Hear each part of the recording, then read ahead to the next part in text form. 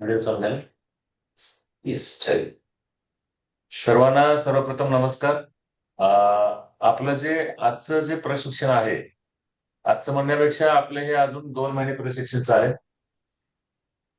तर यामध्ये आपला जे मेन हेतू आहे की आपल्याला माहिती आहे आपण सध्या SNA मॉडेलवर काम करत आहे. आता हे जिल्ह्यांना सगळ्या माहित आहे, जिल्ह्यांना किंवा तालुका स्तरावर जे आहेत ते काम करत होते. माननीय मुख्याध्यापक महोदय जे आहेत सर्व, यांना माझी सूचना आहे की इथून पुढे आपल्याला 1 नोव्हेंबरच्या नंतर समग्र अंतर्गतची आपली देयकं आहेत किंवा बिल आहेत, पूर्वी आपण टाकत होता तालुक्याला, तालुका ते करत होते सगळं प्रोसिजर. हॅलो, वायल साहेब, आपला फक्त आवाज मिळतो. तर मुख्याध्यापकांना इथून पुढे जे बिल आहे ते स्वतः टाकायचे आहेत सिस्टीम मध्ये, आणि त्याच्यामध्ये मेकर जे आहेत ते मुख्याध्यापक आहेत आणि चेकर जे आहेत ते SMC अध्यक्ष आहेत. म्हणजे तुम्हाला स्वतःला बिल तयार करायचं सिस्टीम मध्ये, आणि त्याचं अप्रुव्हल जे आहे ते मुख्याध्यापक महोदय SMC अध्यक्षांच्याकडनं त्यांच्या जो नंबर असेल आधार बेस, त्याला OTP येईल आणि तिथून त्यांची मान्यता घ्यायची आहे. हे थोडंसं आपल्यासाठी नवीन आहे मुख्याध्यापकांच्यासाठी. बाकी जे तालुक्याचे लोक आहेत किंवा जिल्ह्याचे लोक आहेत त्यांना फक्त SNA मॉडेल होतं, ते आता SNA स्पर्श मॉडेल झालेलं आहे. त्यांना फक्त एक स्टेप वाढलेले आहे. बाकी त्यांना बिलं कशी टाकायची किंवा त्याचं काय करायचं सगळं माहित आहे. पण मुख्याध्यापकांना ह्या गोष्टीचा म्हणजे संबंध आला नव्हता.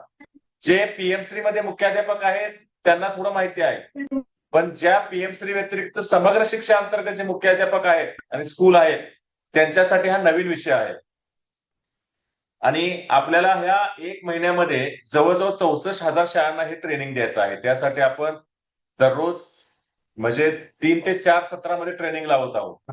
माझी आपल्यामार्फत सर्व मुख्याध्यापकांना सूचना किंवा सर्व शिक्षक महोदयांना सूचना आहे की आम्ही दररोज ट्रेनिंग लावतोय. आजपर्यंत 4-5 जिल्हे झाले, तर थोडं पार्टिसिपेंट्स कमी आहे.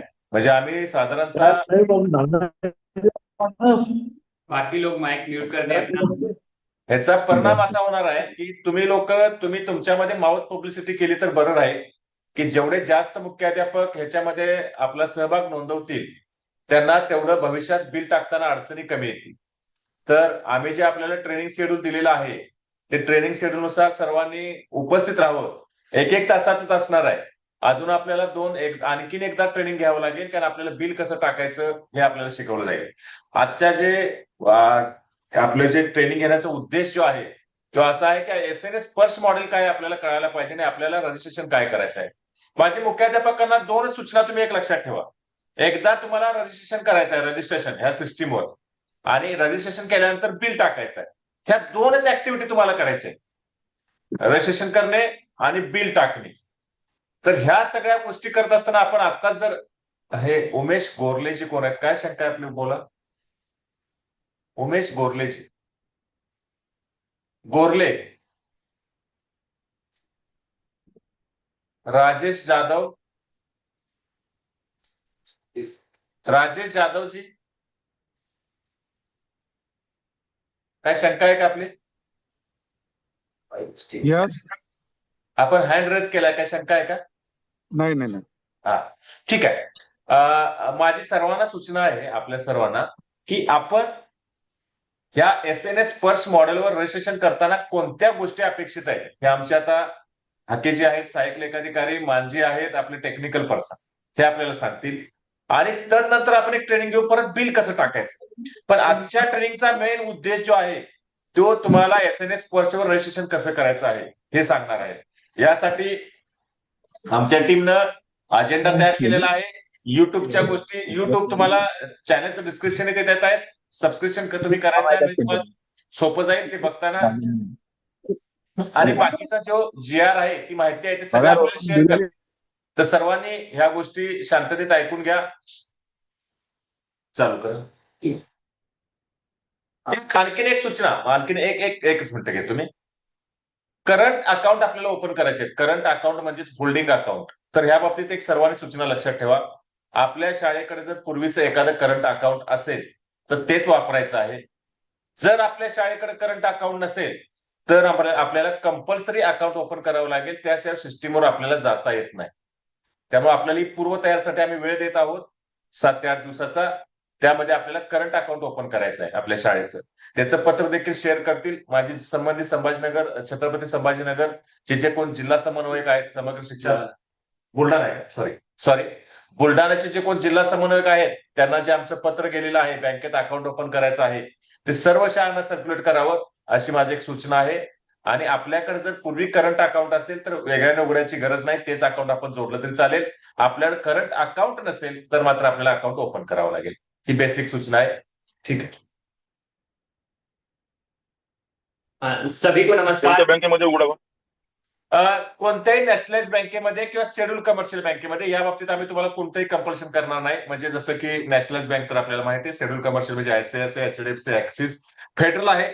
जर कुठली काल माझ्याकडे फेडरल बँकेचे लोक आले होते तर ते म्हणतात की आमच्याकडे जर तुम्ही आलात तर आम्ही तुम्हाला त्यांच्या सूचना तशा ऐकून गेलेल्या सर्व त्यांच्या ब्रांचेसना आपण करू शकता. पण कुठल्याही बँकेचं आम्ही प्रमोशन नाही करत. आपल्याला जी योग्य वाटते, ज्या ठिकाणी आपल्याला सोयीचं आहे त्या ठिकाणी आपण अकाउंट ओपन करू शकतो. थँक्यू. Hello sir.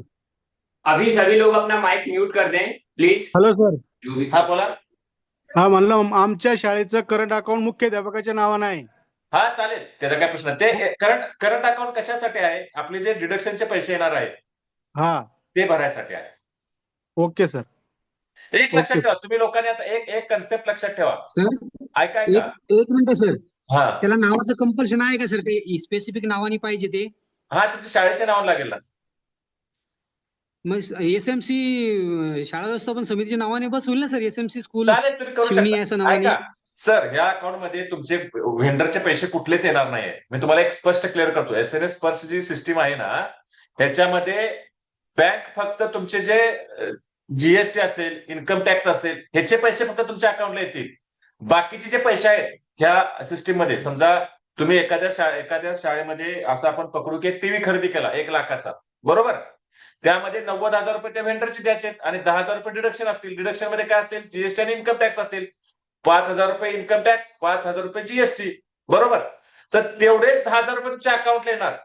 90,000 रुपये तुम्ही बिल टाकल्यानंतर 90,000 रुपये ऑटोमॅटिक आरबीआय मधून, मी काय सांगतोय का, आरबीआय मधून डायरेक्ट त्या व्हेंडरच्या अकाउंटला जाणार आहेत. तुमचा आणि माझ्यामध्ये कोणतीही बँक असणार नाही. त्याच्यामध्ये आरबीआय इन्क्लूड आहे, हे सगळ्यांना लक्षात घ्या. Sir thank you. हा थँक्यू सर. हा ठीक आहे सर. अभी बाकी लोग अपना माइक म्यूट कर दें प्लीज. लास्ट में जो है 15 मिनट्स आपको मिलेंगे. बाकी जो आपके डाउट्स हैं आप अभी से नोट करते जाइए. लास्ट में जो 15 मिनट्स होंगे आप उसमें आपके क्वेश्चंस डाउट पूछ सकते हैं. माझी सर्व शिक्षक महोदयांना सूचना आहे की आपण आपल्या शंका ज्या असतील ते प्रत्येक टप्प्यावर लिहून ठेवा. आमची टीम आहे, प्रत्येक शंकेचे तुम्हाला उत्तर देईल. त्याशिवाय तुमचं सेशन संपणार नाही. क्लिअर कर की आरबीआयच्या मध्ये आहे फक्त तो देखिए, जैसा कि अभी सर ने बताया कि पीएमसी स्कीम हमारी ऑलरेडी एसएनए स्पर्श मॉडल पर ऑनबोर्ड हो चुकी है. ठीक है, प्लीज माइक म्यूट कर दें आपका.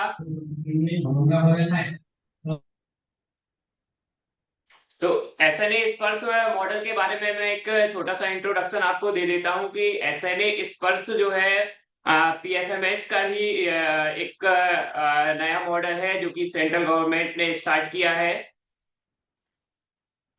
इसमें थोड़े से चेंजेस किए गए हैं कि जो पहले हमारा एसएनए मॉडल था, एसएनए मॉडल में फंड जो है हमारे पास पहले आ जाता था. अभी इसमें फंड जो है एक्चुअल में वो आरबीआई के पास ही रहेगा. ठीक है, आरबीआई के पास सेंट्रल एंड स्टेट दोनों के शेयर आएंगे और वहां से ही डायरेक्ट वेंडर को पेमेंट होगा. पहले जो हम एसएनए मॉडल यूज कर रहे थे उसमें जो भी फंड है अभी बीआरसी, यूआरसी, सीआरसी लेवल तक ही जा रहा था. अभी एसएनए स्पर्श मॉडल जो आया है इसमें आपके लेवल के जो या स्कूल लेवल के खर्चे हैं वो आपके लेवल से ही करने हैं. तो फंड जो है या लिमिट आपके लेवल तक आने वाली है, स्कूल लेवल तक आने वाली है, तो खर्चे आपके लेवल से ही होंगे. तो इसके लिए जो जैसा मैंने पहले ही बताया था कि हमारी समग्र शिक्षा स्कीम नेक्स्ट मंथ से जो है इसमें ऑनबोर्ड होने वाली है। तो उसके लिए हमें पहले से क्या क्या तैयारी करके रखनी है, उसके लिए ये मीटिंग है। उसमें मैं 1 बाय 1 करके आपको ये सारे मुद्दे बताता जा रहा हूँ। आप नोट करते जाइए कि क्या क्या आपको पहले से तैयार करके रखना है। तो देखिए, सबसे पहला पॉइंट जो है इसमें कि आपका पीएफएमएस में रजिस्ट्रेशन होना जरूरी है। एसएनए स्पर्श मॉडल में आने के लिए किसी भी हेलो। एजेंसी का पीएफएमएस में रजिस्ट्रेशन होना जरूरी है। तो देखिए, यहाँ पर दो केस हो सकते हैं कि आपके स्कूल का या तो पहले से रजिस्ट्रेशन है या दूसरा कि रजिस्ट्रेशन नहीं है।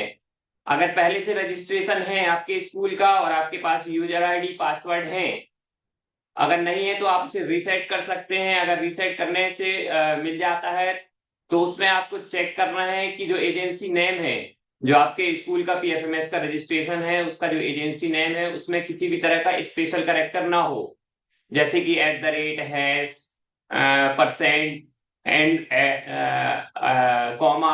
ये सारी चीजें जो है एजेंसी नेम में कोई भी स्पेशल कैरेक्टर नहीं होना चाहिए। अगर उसमें कोई स्पेशल कैरेक्टर है तो आपको उसे रिमूव करवाना होगा। वो रिमूव करने के लिए आपको जो आपकी पेरेंट एजेंसी है उससे कांटेक्ट करना होगा। पेरेंट एजेंसी वहां से स्पेशल कैरेक्टर रिमूव कर सकती है। अगर आपकी पेरेंट एजेंसी रिमूव नहीं कर पा रही है तो उस केस में ये हो सकता है कि आप जो है आपके बीआरसी कंसर्न बीआरसी, सीआरसी या यूआरसी से आप नया रजिस्ट्रेशन करवा सकते हैं। तो दूसरा केस ये है कि जिनके रजिस्ट्रेशन नहीं है, जिस स्कूल के पहले से पीएफएमएस में रजिस्ट्रेशन नहीं है, तो उनका नया रजिस्ट्रेशन करना होगा। ये नया रजिस्ट्रेशन करने की जो रिस्पॉन्सिबिलिटी है वो बीआरसी, यूआरसी एंड सीआरसी की है। सभी बीआरसी, यूआरसी एंड सीआरसी को चेक करना है कि आपके अंडर में कितने स्कूल्स हैं, उसमें से कितने पीएफएमएस में रजिस्टर्ड हैं। अगर रजिस्टर्ड है तो क्या उनके पास लॉगिन आईडी पासवर्ड है, क्या वो रीसेट हो सकता है। अगर है, रीसेट हो सकता है, तो क्या उनकी एजेंसी नेम है जो उसमें स्पेशल कैरेक्टर तो नहीं है। अगर स्पेशल कैरेक्टर है तो क्या आप उसे रिमूव कर पा रहे हैं। अगर नहीं कर पा रहे तो आपको उनका नया रजिस्ट्रेशन करना है।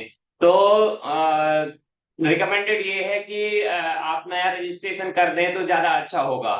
अगर उनका पुराना जो लॉगिन है वो यूज में नहीं है तो आप नया रजिस्ट्रेशन करके रखें। नया रजिस्ट्रेशन जो है आप तभी कर पाएंगे जब हमारी जो समग्र शिक्षा स्कीम है वो एसएनए स्पर्श मॉडल पर ऑन बोर्ड हो जाएगी। जैसे ही हमारी स्कीम समग्र शिक्षा स्कीम एसएनए मॉडल पर ऑन बोर्ड हो जाएगी, आपके पास पीएफएमएस में सभी बीआरसी, यूआरसी एंड सीआरसी के पास पीएफएमएस में आपके पास ऑप्शन अवेलेबल हो जाएगा कि आप स्कूल्स का जो है विदाउट बैंक अकाउंट रजिस्टर कर सकते हैं। अभी किसी भी एजेंसी का आप रजिस्ट्रेशन करने जाएंगे तो वहां पर आपसे कंपलसरी बैंक अकाउंट पूछा जाएगा।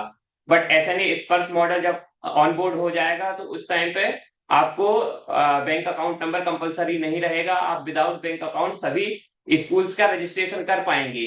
तो पीएफएमएस और एसएनए स्पर्श दोनों अलग अलग पोर्टल हैं, बट दोनों एक दूसरे से लिंक है। तो जो पीएफएमएस में रजिस्टर होंगे वही रजिस्ट्रेशन ऑटोमेटिक हमें एसएनए स्पर्श मॉडल में मिल जाएंगे। तो एसएनए स्पर्श में अलग से रजिस्ट्रेशन करने की जरूरत नहीं होगी। आपका रजिस्ट्रेशन पीएफएमएस में होना जरूरी है। तो सभी स्कूल्स का पीएफएमएस में रजिस्ट्रेशन होना यहाँ पर जरूरी है।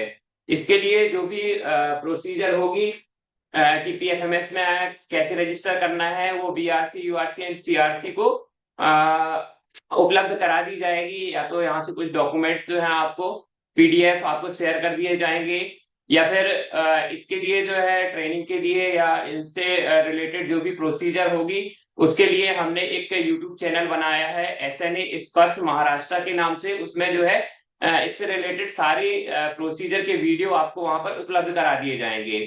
ठीक है, तो फर्स्ट हमारा जो था पीएफएमएस रजिस्ट्रेशन का प्रोसेस। तो अभी हमारे पास 1 मंथ का जो टाइम है, इसमें सभी बीआरसी, यूआरसी एंड सीआरसी को आपकी कंसर्न जो भी स्कूल्स हैं उन सभी से पीएफएमएस रजिस्ट्रेशन के लिए जो भी डिटेल्स लगनी है वो सारी डिटेल्स आप हर एक स्कूल का कलेक्ट करके रखें, ताकि नेक्स्ट मंथ जैसे ही हमारी स्कीम ऑन बोर्ड हो जाएगी तो आप स्मूथली इन सभी स्कूल्स का एट अ टाइम रजिस्ट्रेशन कर पाएंगे। अदरवाइज अगर आप वेट करेंगे ऑन बोर्ड होने का, उसके बाद फिर डिटेल्स कलेक्ट करेंगे तो उसमें काफी ज्यादा टाइम लगेगा। तो हमारे पास अभी जो 1 मंथ का टाइम है उसका आप अच्छे से यूज करें, और सभी स्कूल्स की डिटेल्स जो है, रजिस्ट्रेशन से रिलेटेड डिटेल्स हैं, वो कलेक्ट करके आप पहले से रखें। नेक्स्ट हमारा जो है कि एसएनए स्पर्श में आपका लॉगिन आईडी एंड पासवर्ड क्या होगा। तो ये एक बहुत इंपॉर्टेंट पॉइंट है, आप इसको नोट करके रखें। प्लीज बाकी लोग अपना माइक म्यूट कर दें। Hello sir, excuse me sir. Sir अभी आपका माइक म्यूट कर दें। आप पे जो भी क्वेश्चन है आप लास्ट में पूछ लें। आप ओके ओके ठीक। आपका जो भी डाउट है आप नोट करके रखें, उसे लास्ट में आप पूछेंगे, ठीक है। बाकी लोग माइक म्यूट कर दें प्लीज।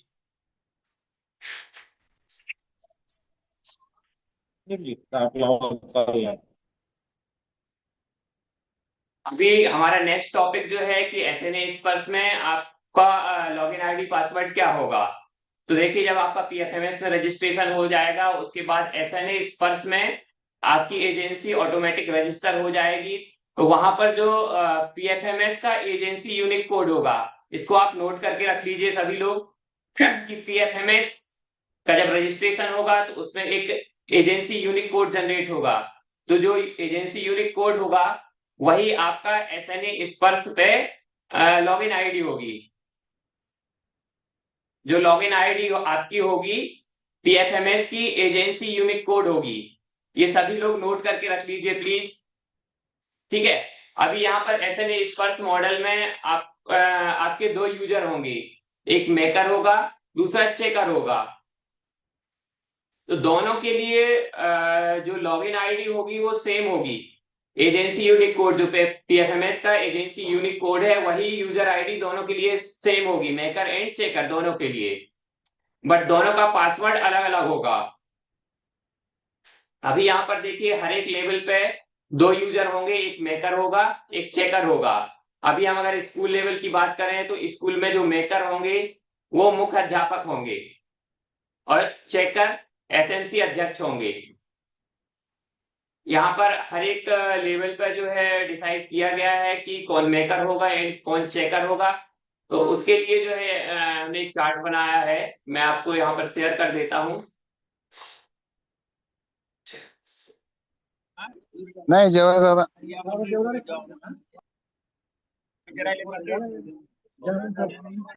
यहाँ पर देखिए, ये चार्ट में आप देख सकते हैं कि किस लेवल पर कौन मेकर होगा एंड कौन चेकर होगा। तो एससीईआरटी पे कौन मेकर है कौन चेकर है, जिला स्तर पर कौन मेकर कौन चेकर, महानगर पालिका में मेकर चेकर एंड डाइट में मेकर चेकर, और शाला स्तर पर जो है यहाँ पर देखिए मुख्य अध्यापक मेकर होंगे और जो एसएमसी अध्यक्ष है वो चेकर होंगे। तो आप इसको नोट करके रखिए।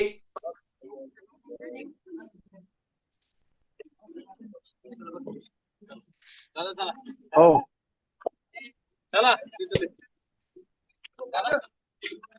प्लीज माइक म्यूट कर दीजिए आपका, बाकी लोगों को डिस्टर्ब होता है,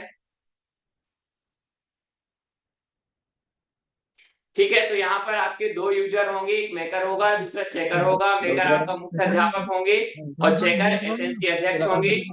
यहाँ पर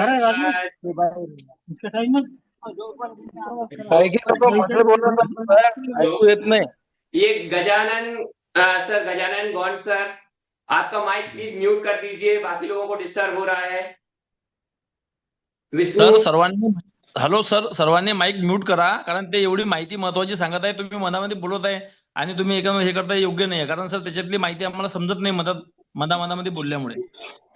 सर सर्वांनी अनम्यूट करून टाका ना सर। हो ना, तर सर्वांनी होस्ट जो असेल त्यांनी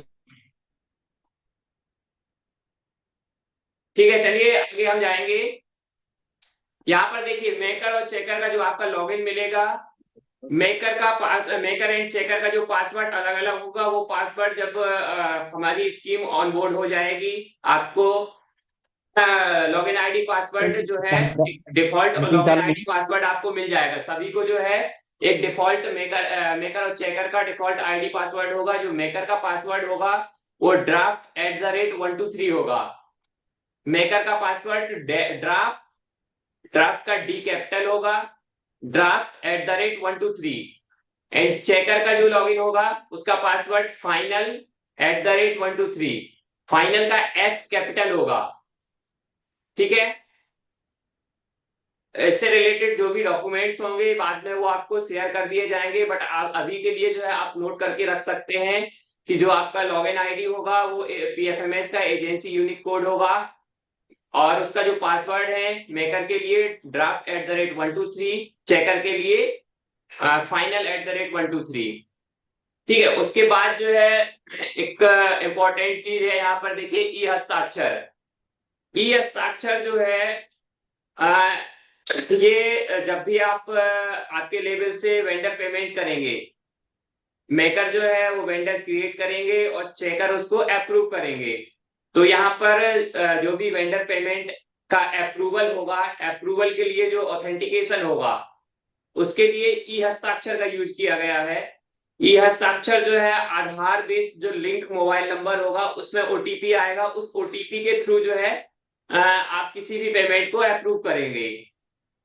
अभी यहाँ पर इंपॉर्टेंट चीज ये है कि जो ई हस्ताक्षर होगा या जो हम अगर कहें कि वेंडर का जो पेमेंट है वो अप्रूवल कौन करेगा, चेकर करेगा। तो यहाँ चेकर का ही ई हस्ताक्षर होगा। ठीक है, तो चेकर के आधार नंबर जो है, चेकर के आधार नंबर से जो लिंक मोबाइल नंबर होगा उस मोबाइल नंबर पर ओटीपी आएगा। तो सभी स्कूल को जो है एसएमसी अध्यक्ष, आपके जो एसएमसी अध्यक्ष हैं, एसएमसी अध्यक्ष का आधार कार्ड, आधार से लिंक मोबाइल नंबर और उनका ये जो डिटेल्स हैं वो अभी से आपको कलेक्ट करके रखनी है। सभी स्कूल्स को, सभी हेडमास्टर्स को जो आपके एसएमसी अध्यक्ष हैं उनका आधार का डिटेल, आधार कार्ड और उससे लिंक जो मोबाइल नंबर होगा वो आपको कलेक्ट करके रखना है, क्योंकि जैसे ही ऑनबोर्ड होगा चेकर का आप लॉगिन करेंगे, सबसे पहली एक्टिविटी जो है ई हस्ताक्षर डिक्लेरेशन की करनी होगी। ई हस्ताक्षर डिक्लेरेशन जब आप करेंगे तो वहां पर आधार नंबर और आधार बेस जो नेम है और आधार से लिंक मोबाइल नंबर उसकी जरूरत होगी। ठीक है, तो ये सारी डिटेल्स आप कलेक्ट करके रखिए। और बहुत सारे ऐसे एसएमसी अध्यक्ष होंगे जिनका आधार में मोबाइल नंबर अभी जो लिंक है वो डीएक्टिवेट हो चुका होगा, ऐसे केसेस हो सकते हैं। तो आपको इस चीज का ध्यान रखना है कि उनका जो मोबाइल नंबर है वो अपडेटेड हो, चालू हो, क्योंकि ओटीपी उसमें आएगा और ओटीपी के थ्रू ही आगे की प्रोसीजर हो पाएगी। तो किसी भी अगर एसएमसी अध्यक्ष जिनका मोबाइल नंबर आधार से लिंक नहीं है या अपडेटेड नहीं है तो आपको उन्हें बोलना है कि आप उनका मोबाइल नंबर अपडेट करा के रखें। अभी हमारे पास 1 मंथ का टाइम है, इस ड्यूरेशन में वो अपडेट करा के रख सकते हैं, क्योंकि इसके बगैर जो है आप वेंडर पेमेंट को अप्रूव नहीं कर पाएंगे, आगे की प्रक्रिया जो है कुछ भी नहीं हो पाएगी।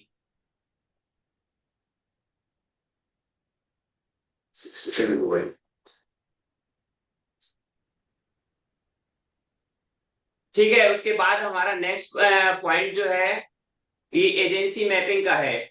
यहाँ पर बीआरसी, सभी बीआरसी, सीआरसी एंड यूआरसी को ध्यान देना है कि आपके अंडर में जो स्कूल्स होंगे, तो जब आप पीएफएमएस में पहले रजिस्टर कर देंगे उनका, फिर एक हायरार्की लेवल मैपिंग होती है। तो सबसे पहले आपको वो हायरार्की लेवल मैपिंग पीएफएमएस में करनी है। पीएफएमएस में आपको स्कूल लेवल पर जोड़ना है कि कितने स्कूल आपके अंडर में हैं, वो सारे स्कूल आपके अंडर में मैप करने होंगे हायरार्की लेवल। और वही सेम मैपिंग जो है आपको एसएनए स्पर्श मॉडल, एसएनए स्पर्श का जो लॉगिन होगा उसमें भी करनी होगी। तो ये दोनों मैचिंग जो है, दोनों मैपिंग एग्जैक्टली मैच होनी चाहिए। ये मैपिंग मिसमैच नहीं होनी चाहिए, क्योंकि दोनों जो पोर्टल है वो एक दूसरे से लिंक है। अगर यहाँ पर मैपिंग मिसमैच होती है तो उसमें आपको आपके स्कूल को फंड एलोकेट करने में प्रॉब्लम जाएगा। आप जो भी स्कूल मिसमैच होंगे उस स्कूल को आप लिमिट एलोकेट नहीं कर पाएंगे। तो इस चीज का ध्यान रखना है सभी बीआरसी, सीआरसी, यूआरसी सभी को। इस चीज पर ध्यान रखना है कि आपके अंडर में जो भी स्कूल्स आपने रजिस्टर किए हैं पीएफएमएस में, जो भी स्कूल्स हैं आपके अंडर में, वो सारे आपने पहले पीएफएमएस में मैप करने हैं। पीएफएमएस में मैप करने के बाद वही सेम स्कूल आपको एसएनए स्पर्श मॉडल पे भी आपको मैप करना है। अभी इसकी जो मैपिंग की प्रोसीजर होगी, इसके पहले मैंने रजिस्ट्रेशन की जो प्रोसीजर बताई थी कि रजिस्ट्रेशन की प्रोसेस, मैपिंग की प्रोसेस, इस सभी के जो यूजर मैनुअल्स हैं वो आपको शेयर कर दिए जाएंगे। और इससे रिलेटेड जो है वीडियोज, मैंने अभी पहले बताया था कि हमने जो चैनल बनाया है यूट्यूब का, एसएनए स्पर्श महाराष्ट्र के नाम से एक चैनल बनाया है, उसमें इससे रिलेटेड सारे स्टेप्स के वीडियो आपको मिल जाएंगे। ठीक है, तो ये एजेंसी मैपिंग में ध्यान रखना है कि जैसी मैपिंग आपकी पीएफएमएस में है सेम मैपिंग आपको एसएनए स्पर्श में भी करनी होगी। उसके बाद नेक्स्ट स्टेप है हमारा, जो नेक्स्ट पॉइंट है हमारा, वो वेंडर रजिस्ट्रेशन का है। कि देखिए यहाँ पर जो स्कूल लेवल पर जो भी आपके वेंडर्स होंगे या सप्लायर्स होंगे जिनसे आप कुछ भी खरीदी करते हैं, उनको आपको अभी आपके लेवल से पेमेंट करना होगा। तो पेमेंट करने के लिए क्यूरी है मेरी।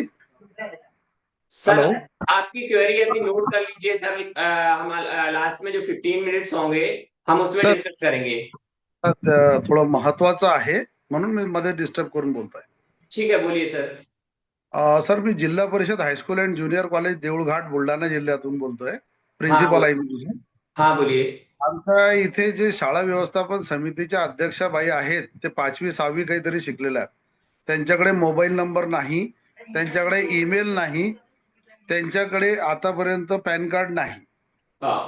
आतापर्यंत जे आपलं पीएफएमएस प्रणालीमध्ये ते शाळा व्यवस्थापन समितीचे जे शिक्षक प्रतिनिधी होते त्यांचं नाव आणि नंबर दिलेला होता।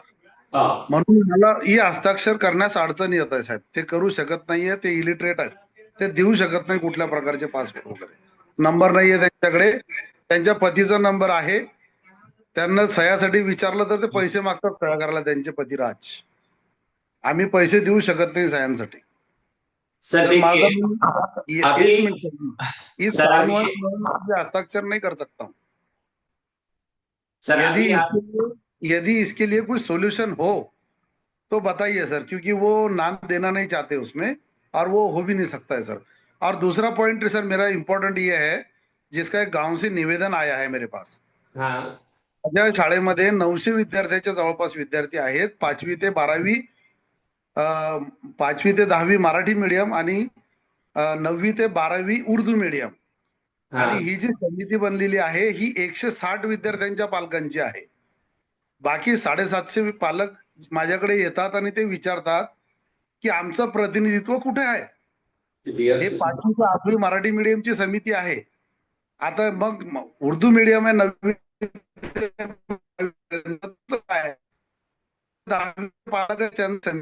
सर इसके संबंध में जो है आपके बीआरसी से बात करें प्लीज।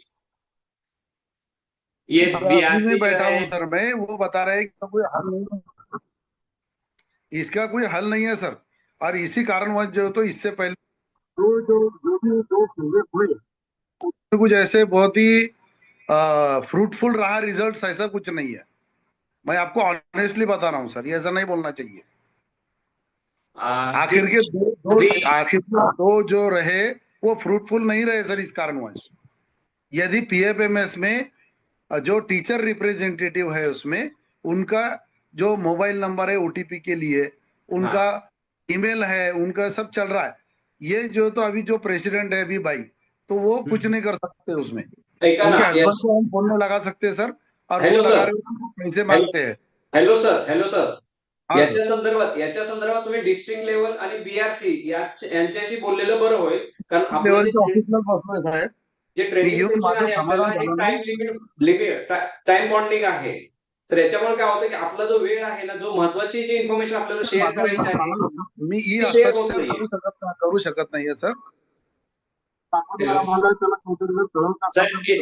सर इससे संबंधित जो है हम बाद में बात करेंगे। अभी पहले हम ये ट्रेनिंग सेशन कंप्लीट कर लेते हैं, बाद में ठीक है सर. अभी डायरेक्टर सर भी आएंगे तो उनके सामने ये पॉइंट आप रख दीजिए, ठीक है। तो आगे हम जाएंगे वेंडर रजिस्ट्रेशन में कि आपके जो भी वेंडर्स एंड सप्लायर्स होंगे उन्हें आपको पीएफएमएस में रजिस्टर एसएनए स्पर्श में और पीएफएमएस दोनों में रजिस्टर करना होगा। तो यहाँ पर जो है आपको पहले से, अगर आपके नॉन वेंडर्स या सप्लायर्स हैं जिनसे आप कुछ खरीदी करते हैं, तो आप उनसे ये डिटेल पहले से लेके रख सकते हैं कि जैसे वेंडर से मैंडेट फॉर्म, उसमें उनके उनके अकाउंट नंबर की डिटेल्स होंगी, उनसे एक कैंसिल चेक की कॉपी लेना है। सभी जो भी आपके वेंडर्स होंगे, सप्लायर्स होंगे, उनसे कैंसिल चेक की कॉपी लेना है। अगर कैंसिल चेक नहीं है उनके पास या चेक की कॉपी नहीं है, तो आपको उनसे जो पासबुक होती है, पासबुक का फ्रंट पेज आप ले सकते हैं। फ्रंट पेज का फोटो या कैंसिल चेक का फोटो यहाँ पर एसएनए स्पर्श में आपको अपलोड करना होगा जब भी आप एसएनए स्पर्श में रजिस्टर करेंगे, ठीक है। तो यहाँ पर रजिस्ट्रेशन से संबंधित एक बहुत महत्वपूर्ण जानकारी ये है कि जो भी वेंडर्स जिन्हें आप पेमेंट करने वाले हैं, उनका रजिस्ट्रेशन सबसे पहले आपको पीएफएमएस में करना होगा। पीएफएमएस में जब वो उसका अकाउंट, उस वेंडर का बैंक अकाउंट नंबर वैलिडेट हो जाएगा, सक्सेसफुली वैलिडेट हो जाएगा, उसके बाद ही आपको उस वेंडर को एसएनए स्पर्श में रजिस्टर करना है। अगर आपने विदाउट पीएफएमएस में रजिस्टर किए, उसका डायरेक्टली इसमें एसएनए स्पर्श में रजिस्ट्रेशन कर दिया, उसका वैलिडेशन चूंकि हो नहीं पाया, तो आगे जाके अगर आपका पेमेंट रुकता है तो उसकी वजह से जो है डिस्ट्रिक्ट की क्योंकि फाइल जो है एक साथ आएंगी, सभी स्कूल्स की फाइल यहाँ पर कंसोलिडेट होंगी, एक साथ आएंगी। अगर एक फाइल जिसमें कि वेंडर का रजिस्ट्रेशन वैलिडेशन नहीं हो पाया था, वो पेमेंट फेल होता है, उसकी वजह से पूरी फाइल जो है वो रुक जाएगी और आपका जो पेमेंट, जिस वेंडर का पेमेंट आपने किया था, जो वो आपकी लिमिट जो है ब्लॉक हो जाएगी उस टाइम के लिए, और जो आपको इसका पेमेंट री इश्यू करना होगा। री इश्यू के लिए जो है काफी ज्यादा टाइम लगता है, तो इस चीज का आपको ध्यान रखना है कि जो भी आप वेंडर को पेमेंट करने वाले हैं एसएनए स्पर्श में, जिस भी आप वेंडर को रजिस्टर करने वाले हैं, तो सबसे पहले उस वेंडर का रजिस्ट्रेशन आपको पीएफएमएस में करना है। पीएफएमएस में जब वो सक्सेसफुली रजिस्टर हो जाएगा, उसके बाद ही आपको उस वेंडर को एसएनए स्पर्श मॉडल पर रजिस्टर करना है। नेक्स्ट हमारा है होल्डिंग अकाउंट से संबंधित। होल्डिंग अकाउंट मींस आप करंट अकाउंट, जैसा कि अभी डेप्टी डायरेक्टर सर ने आपको पहले ही इसके बारे में जानकारी दी है कि आप सभी स्कूल्स को बीआरसी जो भी इम्प्लीमेंटिंग एजेंसी हैं, सभी को एक current account, zero balance current account सभी को आपको एक ओपन करवा के रखना है।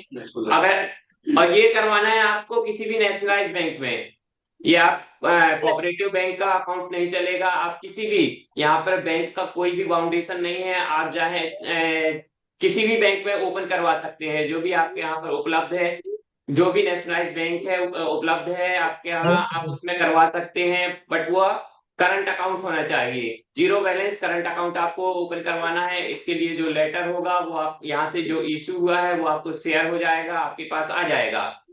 तो बैंक को आपको क्या बोलना है कि आपको zero balance current account open करवाना है। आप बैंक को होल्डिंग अकाउंट मत बोलिए, क्योंकि बैंक को होल्डिंग अकाउंट के बारे में मालूमात नहीं होगी। उन्हें आप current account, zero balance current account बोलिए। ये आपको ओपन करवाना है, किसी भी नेशनलाइज बैंक में आपको ओपन करवाना है।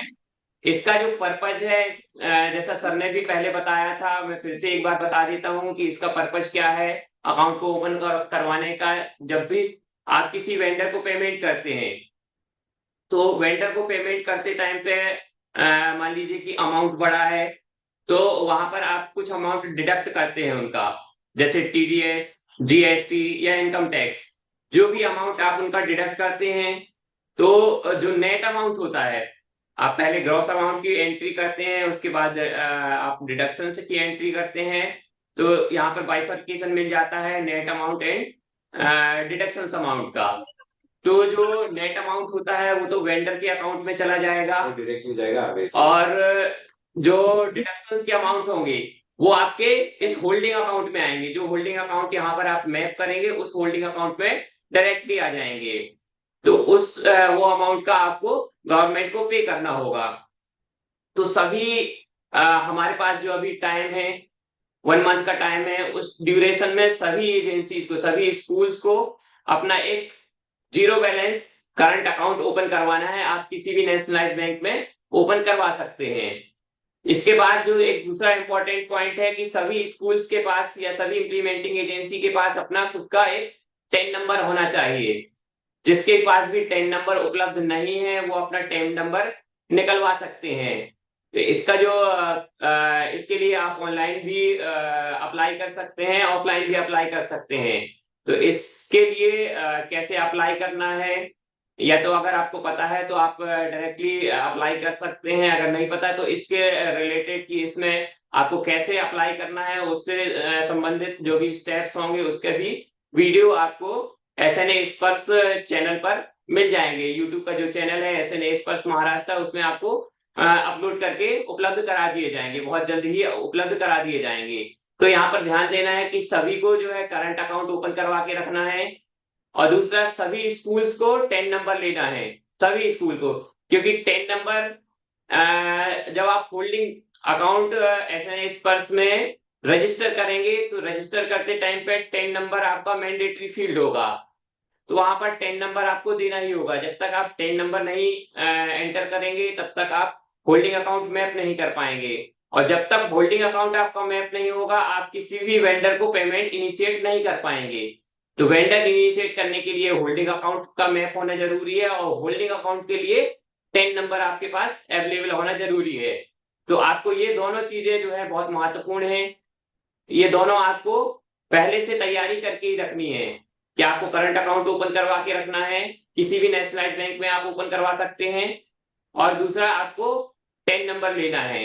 हो सकता है कि कुछ स्कूल्स के पास पहले से 10 नंबर होगा तो उन्हें फिर से लेने की जरूरत नहीं है, और दूसरा अगर आपके स्कूल या इम्प्लीमेंटिंग एजेंसी के पास पहले से कोई करंट अकाउंट है तो उस करंट अकाउंट को भी आप as a holding account map कर सकते हैं। आपको दूसरा होल्डिंग अकाउंट ओपन करवाने की जरूरत नहीं है।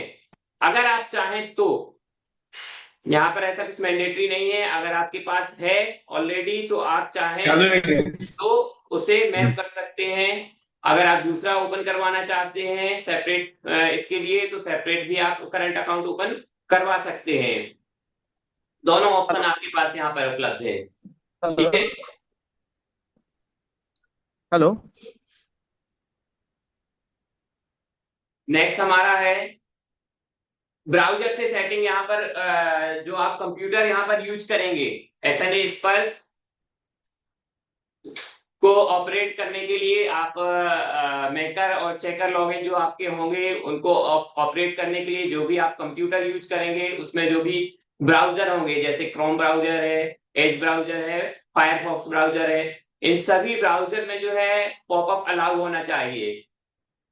पॉपअप आपको अलाउ करके रखना है। सभी में जितने भी कंप्यूटर होंगे आप यूज करने वाले हैं इसके लिए, सभी कंप्यूटर के जो भी ब्राउजर्स होंगे जैसे Chrome browser, Edge browser, Firefox, इन सभी में आपको पॉपअप अलाउ करके रखना है। क्योंकि जब भी आप मेकर से कोई पेमेंट इनिशिएट करेंगे, किसी भी वेंडर का पेमेंट करेंगे, तो उसमें बहुत सारे पीडीएफ जनरेट होते हैं, अलग अलग स्टेट पे जो है अलग अलग पीडीएफ जनरेट होंगे, और ये PDF जो है पॉपअप में आपके ओपन होते हैं। अगर आपका पॉपअप ब्लॉक है तो आपका पीडीएफ जनरेट नहीं हो पाएगा, और आपका जो पेमेंट क्रिएशन है वो सक्सेसफुली नहीं हो पाएगा। इसलिए सभी को ध्यान रखना है इसका पॉपअप कैसे ऑन करना है, इसकी सेटिंग कैसे करना है, इसका वीडियो भी आपको बहुत जल्दी YouTube चैनल पर उपलब्ध करा दिया जाएगा। और इससे संबंधित जो भी यूजर मैनुअल है, यूजर मैनुअल भी आपको उपलब्ध करा दिए जाएंगे। डिस्ट्रिक्ट को हम यहाँ से शेयर कर देंगे, डिस्ट्रिक्ट आप तक पहुंचा देंगे, शेयर कर देंगे आपको। ठीक है, तो ब्राउजर सेटिंग जो है ये आपको सभी को करके रखनी है। अभी यहाँ पर डिस्कशन के लिए कुछ पॉइंट्स हैं जो डिस्ट्रिक्ट लेवल पर हैं कि सभी डिस्ट्रिक्ट को ये जानकारी कलेक्ट करनी है। डिस्ट्रिक्ट हाँ बोलिए। सर मेरा एक सवाल था। सर ये जो अपने जीरो बैलेंस करंट अकाउंट जो है वो कौन से नाम से ये करना है सर, इनिशिएट करना है? सर स्कूल के नाम पे होगा, ये ज्वाइंट अकाउंट होगा स्कूल के नाम पे और एसएमसी अध्यक्ष के नाम पे ज्वाइंट अकाउंट।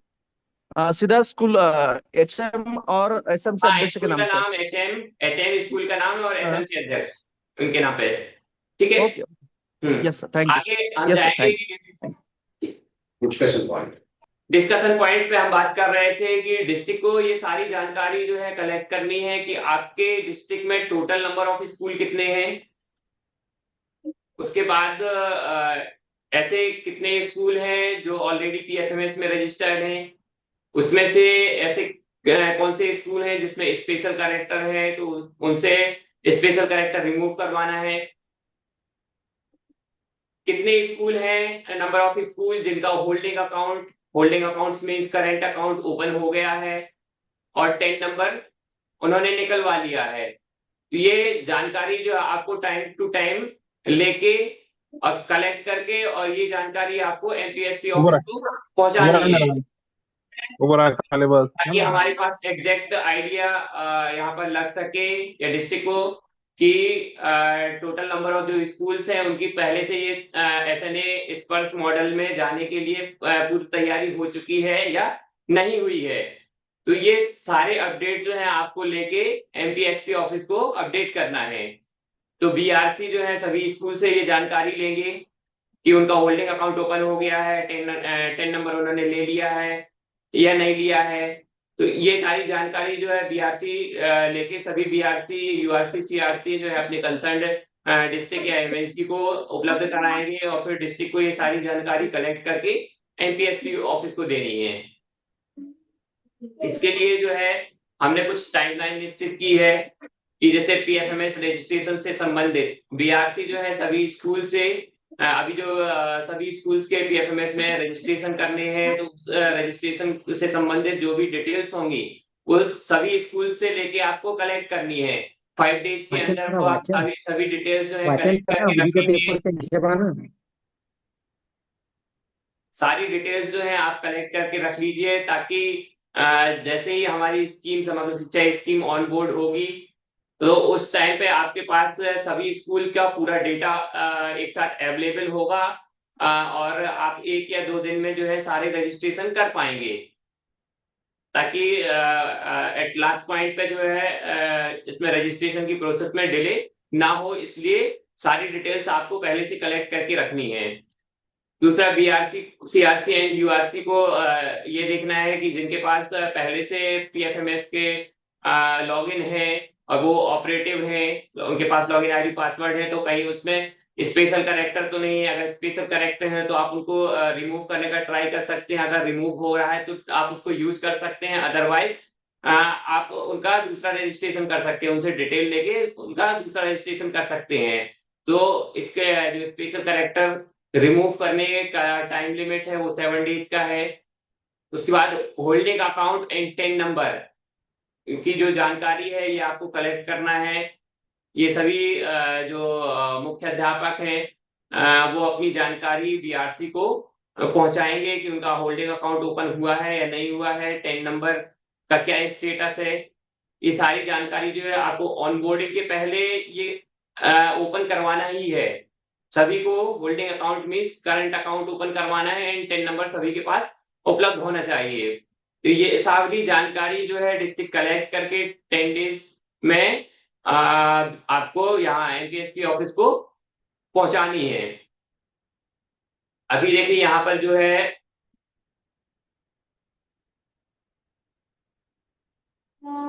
Okay okay. नमस्कार दोस्तों, स्वागत है आपका हमारे YouTube चैनल SNA स्पर्श महाराष्ट्र में। आज हम सीखेंगे SNA स्पर्श पोर्टल में आपको फर्स्ट टाइम कैसे लॉगिन करना है, उसका पासवर्ड कैसे चेंज करना है, और अगर आप पासवर्ड भूल जाते हैं तो उसे रीसेट कैसे करना है। इसका स्टेप बाय स्टेप प्रोसेस हम देखेंगे। तो SNA स्पर्श में आपको फर्स्ट टाइम लॉगिन कैसे करना है, उसका वेबसाइट क्या है। तो देखिए, SNA स्पर्श का जो वेबसाइट है billportal.mahakosh.gov.in, आप इसे डायरेक्टली गूगल में जाके भी सर्च कर सकते हैं। ये देखिए, ये SNA स्पर्श पोर्टल का वेबसाइट है। आप या तो billportal.mahakosh.gov.in इसको वेबसाइट को आप डाल के सर्च कर सकते हैं, या डायरेक्टली आप जो है गूगल में सर्च करेंगे SNA पोर्टल महाराष्ट्र।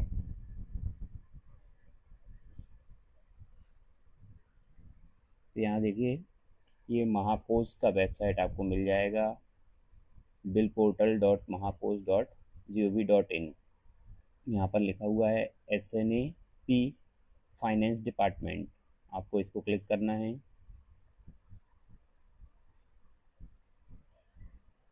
तो ये अपना SNA स्पर्श का पोर्टल ओपन हो जाता है। अब यहाँ पर आपके दो लॉगिन होते हैं। जैसे मैंने पहले वाली वीडियो में भी बताया है कि SNA पोर्टल में आपको अलग से रजिस्ट्रेशन करने की ज़रूरत नहीं होती है।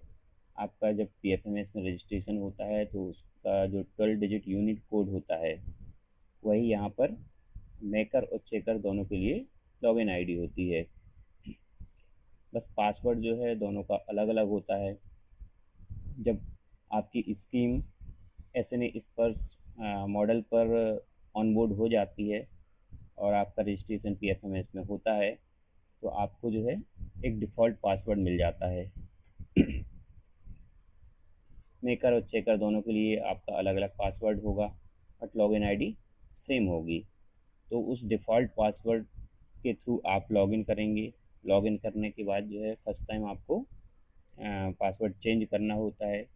तो हम देखेंगे कि पासवर्ड कैसे चेंज करना है। देखिए दोस्तों, आपको यहाँ से लॉगिन करना है। आपका जो लॉगिन आईडी है आप डालेंगे।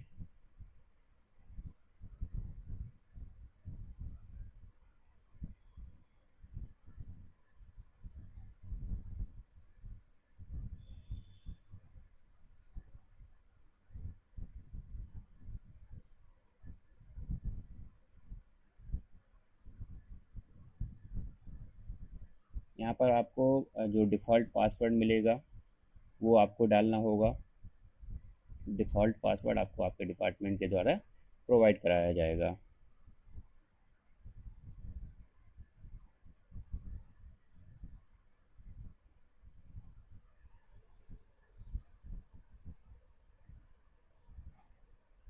तो देखिए, जब आप मेकर का लॉगिन करेंगे तो कुछ इस तरह से विंडो आपको दिखाई देगी। आपको यहाँ पर ड्राफ्ट लिखा दिखाई देगा।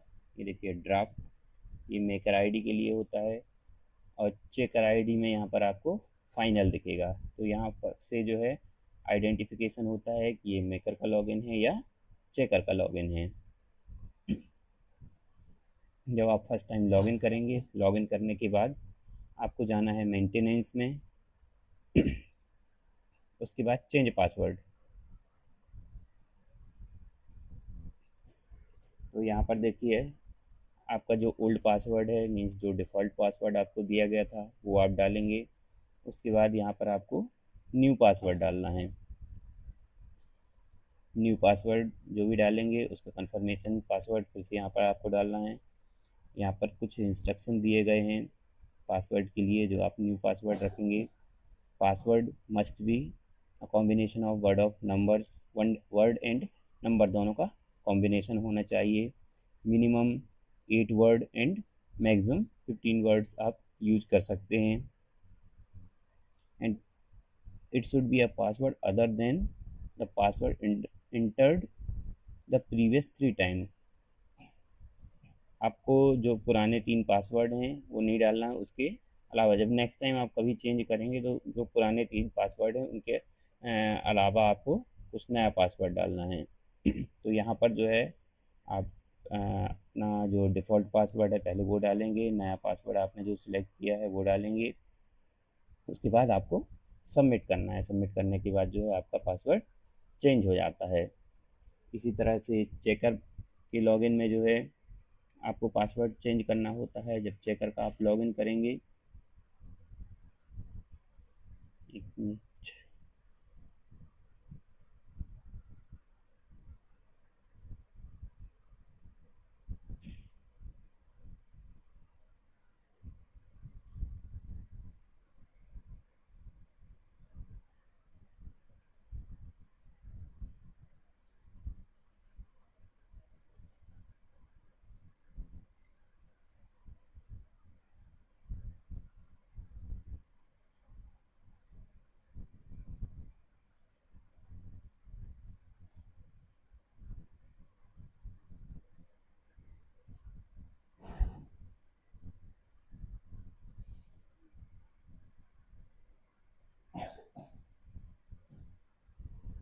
देखिए यहाँ पर जो है आप लॉगिन आईडी सेम रहेगी आपकी, पासवर्ड आप जो है चेकर का पासवर्ड अलग होगा। आप जब आप लॉगिन करेंगे, जब आप फर्स्ट टाइम लॉगिन, चूँकि इसमें मैं लॉगिन कर चुका हूँ तो यहाँ पर डायरेक्टली जो है आपको पासवर्ड चेंज करने का ऑप्शन नहीं आएगा।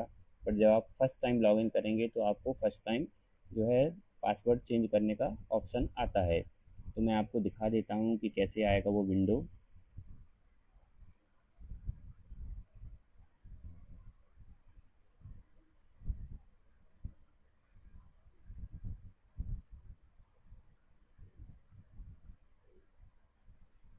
ये देखिए दोस्तों, कुछ इस तरह से जब आप चेकर का लॉगिन करेंगे तो फर्स्ट टाइम लॉगिन करने के बाद चेंज पासवर्ड का ऑप्शन आएगा। आपको यहाँ पर चेंज सेल्फ पासवर्ड, उसके बाद चेंज असिस्टेंट पासवर्ड। तो सेल्फ पासवर्ड मीन्स जो चेकर का पासवर्ड होता है वो आपको यहाँ पर नया पासवर्ड डालना है, उसका कंफर्मेशन देंगे आप यहाँ पर। उसके बाद ये जो असिस्टेंट पासवर्ड है, असिस्टेंट पासवर्ड जो आपका मेकर है, उस मेकर का पासवर्ड आप चाहें तो यहाँ से चेंज कर सकते हैं। तो रिकमेंडेड यही रहेगा कि जब आपको मेकर और चेकर दोनों के पासवर्ड मिलेंगे तो फर्स्ट टाइम आप जो है चेकर का लॉगिन करें। चेकर का लॉगिन करने के बाद आप यहाँ से दोनों के पासवर्ड एक साथ चेंज कर सकते हैं, बट दोनों के पासवर्ड आपको यहाँ पर अलग अलग रखना है, सेम पासवर्ड नहीं रखना है। इस बात का आपको ध्यान देना है। कई बार ऐसा होता है दोस्तों कि लोग पहले मेकर का लॉगिन करते हैं, मेकर का लॉगिन करने के बाद पासवर्ड चेंज कर देते हैं, उसके बाद चेकर का लॉगिन करते हैं। फिर जब चेकर का लॉगिन करते हैं तो यहाँ पर सेल्फ पासवर्ड जो चेकर का पासवर्ड होता है वो चेंज होता है। उसके बाद यहाँ पर जो है जो असिस्टेंट पासवर्ड है, मीन्स जो मेकर का पासवर्ड है वो भी यहाँ पर मैंडेटरी है चेंज करने के लिए। तो यहाँ पर जो है फिर से मेकर का पासवर्ड चेंज कर देते हैं और उसके बाद जो है मोस्ट ऑफ द टाइम ऐसा होता है कि वो भूल जाते हैं या कंफ्यूजन में कि हमने तो मेकर का पासवर्ड कुछ दूसरा रखा था, अभी वो हमारा लॉगिन नहीं हो रहा है। तो इस बात का यहाँ पर आपको ध्यान रखना है कि आप यहाँ पर जो पासवर्ड चेंज कर रहे हैं मेकर का, वही आपका नया पासवर्ड होगा मेकर का। तो ये हमारी प्रोसेस थी कि आपको फर्स्ट टाइम कैसे लॉगिन करना है, लॉगिन करने के बाद जो है आपको पासवर्ड कैसे चेंज करना है, मेकर का कैसे चेंज करना है और चेकर का कैसे चेंज करना है, और हमें किस बात का ध्यान रखना है ताकि हम जो है हमें कंफ्यूजन ना हो कि हमने पासवर्ड क्या रखा था। और जो भी आप पासवर्ड चेंज करेंगे उन्हें आप नोट करके रखिए। इसके बाद दोस्तों हम देखेंगे कि अगर आप पासवर्ड भूल जाते हैं तो उसे कैसे रीसेट कर सकते हैं। तो दोस्तों जब अगर आप मेकर का पासवर्ड भूल जाते हैं तो मेकर का पासवर्ड जो है आप चेकर के लॉगिन से रीसेट कर सकते हैं। मैं आपको प्रोसेस दिखा देता हूँ। ये देखिए, मैं मेकर का लॉगिन करता हूँ, सॉरी चेकर का लॉगिन करता हूँ।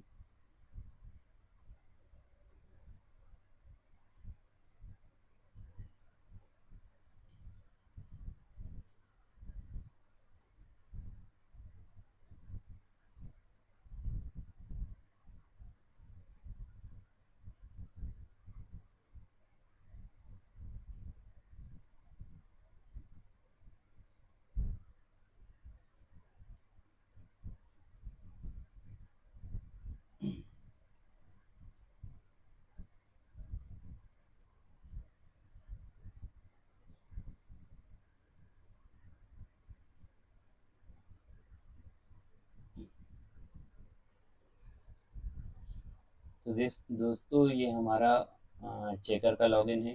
आप देख सकते हैं यहाँ पर फाइनल लिखा हुआ है। फाइनल मीन्स ये चेकर का लॉगिन है। तो जब भी आप मेकर का लॉगिन का जो पासवर्ड है वो भूल जाते हैं तो आप उसे चेकर के लॉगिन से रीसेट कर सकते हैं। आपको जस्ट यहाँ पर जाना है मेंटेनेंस में। मेंटेनेंस में जाने के बाद देखिए यहाँ पर जो है चेंज पासवर्ड का एक ऑप्शन है। चेंज पासवर्ड में अगर आप जाएंगे तो आप स्वयं मतलब जो चेकर है उस चेकर का पासवर्ड चेंज कर पाएंगे। अगर आपको मेकर का पासवर्ड रीसेट करना है तो इसके लिए आपको रीसेट पासवर्ड में जाना होगा। रीसेट पासवर्ड में जाएंगे आप। यहाँ पर आपका एजेंसी यूनिक कोड डालना है। जो भी आपका एजेंसी यूनिक कोड होगा, जैसे कोई भी एक मैं डाल देता हूँ।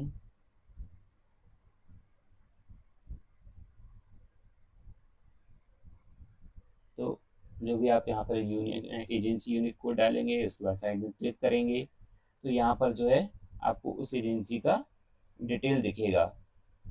मैं अभी कोई भी डाल देता हूँ।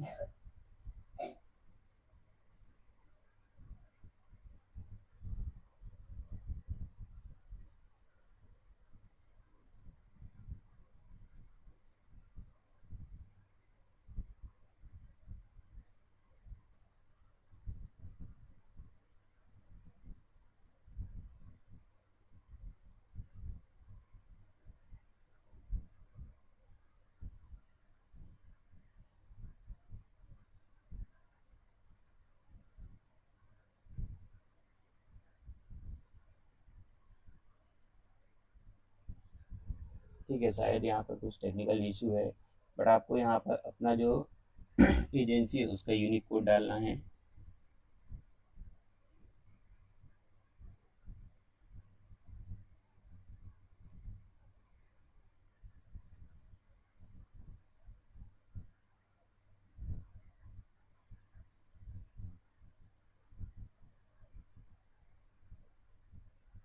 यूनिक कोड डालने के बाद जो है आपको यहाँ पर एजेंसी का नाम दिखेगा।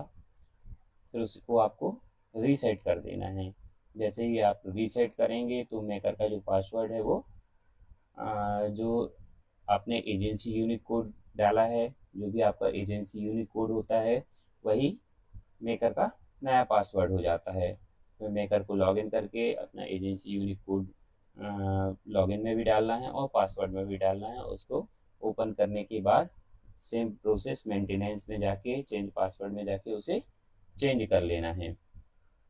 तो ये आप इस तरह से जो है मेकर का पासवर्ड जो है रीसेट कर सकते हैं। और दूसरा जो है चेकर का पासवर्ड दोस्तों आप स्वयं रीसेट नहीं कर पाएंगे। अगर आप चेकर का पासवर्ड भूल गए हैं तो आपको जो है आपके डिपार्टमेंट के जो डीडीओ हैं, डीडीओ को कांटेक्ट करना होगा, या तो आप लेटर के माध्यम से या मेल के माध्यम से जो है आप उन्हें कांटेक्ट करिए। आपका जो भी एजेंसी का डिटेल है वो डिटेल दीजिए एंड एक रिक्वेस्ट लेटर लिखिए उन्हें डीडीओ के लॉगिन से जो है आपके चेकर का पासवर्ड रीसेट किया जा सकेगा। ठीक है, तो दोस्तों ये हमारी आज की जो वीडियो है उसका जो पॉइंट्स थे कि आप फर्स्ट टाइम कैसे लॉगिन करेंगे एसएनए स्पर्श पोर्टल पर, आपका लॉगिन आईडी क्या होगा, पासवर्ड क्या होगा, उसके बाद आपको फर्स्ट टाइम लॉगिन करने के बाद पासवर्ड कैसे चेंज करना है, और अगर आप पासवर्ड भूल जाते हैं तो उसे रीसेट कैसे करना है। दोस्तों अगर ये जानकारी आपको पसंद आई हो तो प्लीज़ हमारे इस वीडियो को लाइक करें, चैनल को सब्सक्राइब करें एंड शेयर करें। Thank you. नमस्कार दोस्तों, स्वागत है आपका हमारे YouTube चैनल एसएनए स्पर्श महाराष्ट्र में। तो आज हम देखेंगे ई हस्ताक्षर डिक्लेरेशन कैसे करना है। देखिए दोस्तों, आपके पास दो लॉगिन होते हैं, एक होता है मेकर, दूसरा चेकर। तो मेकर के लॉगिन से जो है आप बिल क्रिएट करेंगे या क्लेम जनरेट करेंगे, और चेकर के लॉगिन से आप उस बिल को अप्रूव करेंगे। तो जब आप अप्रूव करेंगे, अप्रूव करने के लिए जो ऑथेंटिकेशन होता है वो ई हस्ताक्षर के माध्यम से दिया जाता है। तो उसे सबसे पहले जब आप चेकर का लॉगिन करेंगे तो आपको डिक्लेयर करना पड़ेगा कि किसका आप ई हस्ताक्षर करने वाले हैं। तो उस ई हस्ताक्षर को डिक्लेरेशन करने का प्रोसेस आज हम यहाँ पर देखेंगे। तो ई हस्ताक्षर डिक्लेरेशन जो है वो एजेंसी के चेकर लॉगिन से होगा, और उसका अप्रूवल जो है जो भी आपकी फंडिंग एजेंसी उसके चेकर के लॉगिन से होगा। मान लीजिए यहाँ पर अगर स्कूल के बारे में हम बात करते हैं तो स्कूल का जो एसएमसी अध्यक्ष हैं उनके पास चेकर लॉगिन होता है, तो उनके आईडी से ई हस्ताक्षर डिक्लेरेशन होगा, और अप्रूवल जो है उनके बीआरसी के चेकर लॉगिन से होगा। तो आइए आगे देखते हैं प्रोसेस।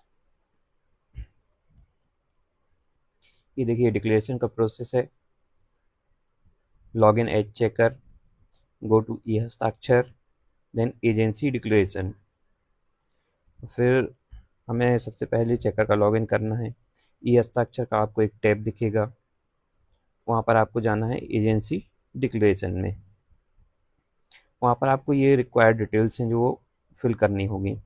अगर आप गवर्नमेंट एम्प्लॉय हैं तो, और आपके पास अगर सेवार्थ आईडी है तो आपको वहाँ पर पूछा जाएगा कि आर यू गवर्नमेंट एम्प्लॉय, तो आपको यस करना है। यस करेंगे तो आपको सेवार्थ आईडी जो है मैंडेटरी होगा। आप जो सेवार्थ आईडी है वो डालेंगे तो बाकी की डिटेल्स जो हैं वो मोस्टली फिल हो जाती हैं। अगर आप गवर्नमेंट एम्प्लॉय नहीं हैं या आपके पास सेवार्थ आईडी नहीं है तो आपको उसे as a Aadhaar number declare करना पड़ेगा।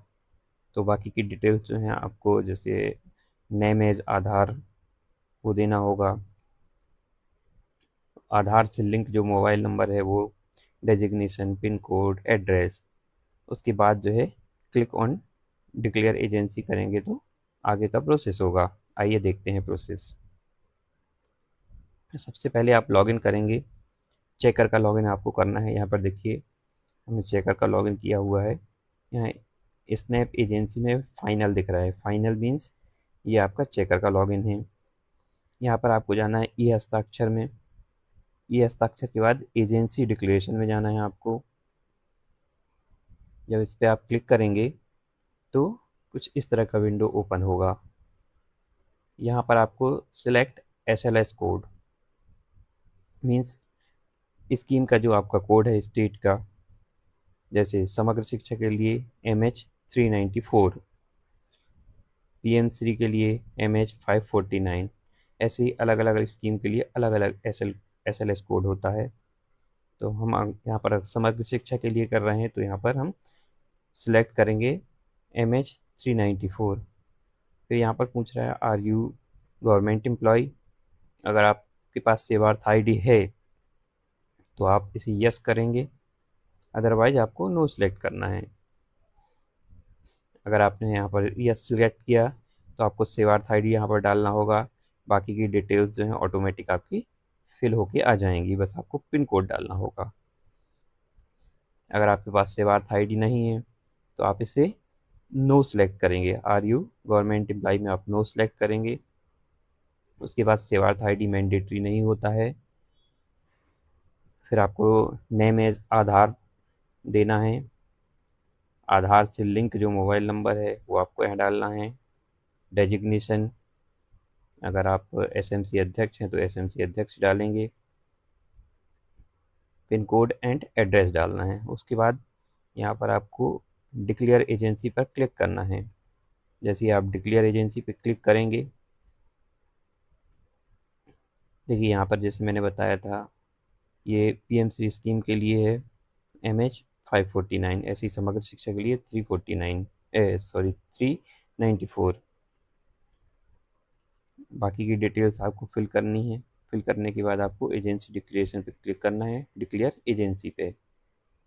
जब आप डिक्लेयर एजेंसी पे क्लिक करेंगे तो कुछ एक इस तरह का मैसेज आपको दिखाई देगा ग्रीन कलर में, agency declaration has been done successfully pending approval by DDO। ठीक है, उसके बाद जो है ये पेज रीडायरेक्ट हो जाता है। यहाँ पर आपको जो है ये 3 ऑप्शन हुए हैं, इसमें से आपको OTP सिलेक्ट करना है। OTP के बाद आपको आई एक्सेप्ट सेलेक्ट करना है और उसके बाद ई साइन का जो बटन है उस पर आप क्लिक करेंगे। जैसे ही आप क्लिक करेंगे तो हमारी ये जो वेबसाइट है वो रीडायरेक्ट हो जाएगी CDEC के लिए। उसके बाद जो नेक्स्ट पेज आपको दिखाई देगा कुछ इस तरह से दिखाई देगा। यहाँ पर आपको जो भी चेकर हैं उनका आधार नंबर डालना है। यहाँ पर अगर स्कूल के बारे में हम बात करें तो जो SMC अध्यक्ष हैं उनका आधार नंबर आप डालेंगे यहाँ पर। देन गेट OTP पे क्लिक करना है। जैसे ही गेट OTP पे आप क्लिक करेंगे तो उनका जो आधार लिंक मोबाइल नंबर है उस पर एक OTP आएगा। वो OTP आपको यहाँ पर डालना है। ये देखिए इंटर योर आधार OTP, तो यहाँ पर OTP डालना है। ये एक चेक बॉक्स है, इसको सिलेक्ट करना है। सिलेक्ट करने के बाद इसे सबमिट करना है। यहाँ पर आपको मैसेज दिखेगा OTP has been send to the mobile number. यहाँ पर मोबाइल नंबर की लास्ट की 4 डिजिट दिखेंगी जो कि आधार से लिंक मोबाइल नंबर होगा उसकी। OTP डालने के बाद इसको सिलेक्ट करने के बाद आपको इसको सबमिट कर देना है। सबमिट करने के बाद जो है आपको कुछ इस तरह से मैसेज दिखेगा, the agency declaration PDF has been successfully digitally sign. Means आपका यहाँ पर प्रोसेस कंप्लीट हो जाती है। उसके बाद आपका जो एजेंसी डिक्लेरेशन जो आपने किया है वो अप्रूवल के लिए आपकी फंडिंग एजेंसी के पास चला जाता है। फंडिंग एजेंसी जो है वो अप्रूवल करेगी। अभी अप्रूवल का जो प्रोसेस है वो देखेंगे, अप्रूवल ऑफ ई हस्ताक्षर। जो फंडिंग एजेंसी में चेकर लॉगिन है उनके लॉगिन से अप्रूवल होगा। यहाँ पर देखिए लिखा हुआ है approval done by the parent funding agency, जैसे स्कूल। यहाँ पर हम PMC के लिए बात कर रहे हैं तो स्कूल्स का जो है डिस्ट्रिक्ट एजेंसी करेगी डिस्ट्रिक्ट का MPSP। उसके लिए जो है send formal approval request letter with documents. Steps उसके लिए क्या रहेंगे, go to e Hastakshar, then approve declaration, select entry, verify detail, then approve. आइए आगे देखते हैं प्रोसेस। यहाँ पर देखिए चेकर का लॉगिन करेंगे। जो भी फंडिंग एजेंसी है वो अपने चेकर का लॉगिन करेंगे। यहाँ पर आपको जाना है ई हस्ताक्षर में, अप्रूव डिक्लेरेशन में। उसके बाद यहाँ पर स्कीम का कोड दिखेगा, समग्र शिक्षा के लिए MH 394। अब किस एजेंसी ने जो है एजेंसी डिक्लेरेशन किया है उस एजेंसी का कोड दिखेगा, वो आपको वेरीफाई करना है। उनका नाम दिखेगा, जो चेकर होंगे उनका डेजिग्नेशन दिखेगा, एंड यहाँ पर स्टेटस जो है आपको पेंडिंग दिखेगा। फिर आपको जो है इस पर क्लिक करना होगा। जो एजेंसी कोड है ये ब्लू कलर से जो दिख रहा है उसमें आप क्लिक करेंगे तो कुछ इस तरह से ओपन हो जाएगा। यहाँ पर आपको डिटेल्स दिखेंगी। अगर उन्होंने government employ as a government employ select करके सेवार्थ आईडी के साथ किया होगा तो यहाँ पर सेवार्थ आईडी दिखेगी, डेजिग्नेशन दिखेगा और बाकी की डिटेल्स दिखेंगी। यहाँ पर ये आपको एक बार रीड कर लेना है। रीड करने के बाद अगर सारी चीज़ें बराबर हैं, क्लियर हैं, उसके बाद इसको आपको अप्रूव कर देना है।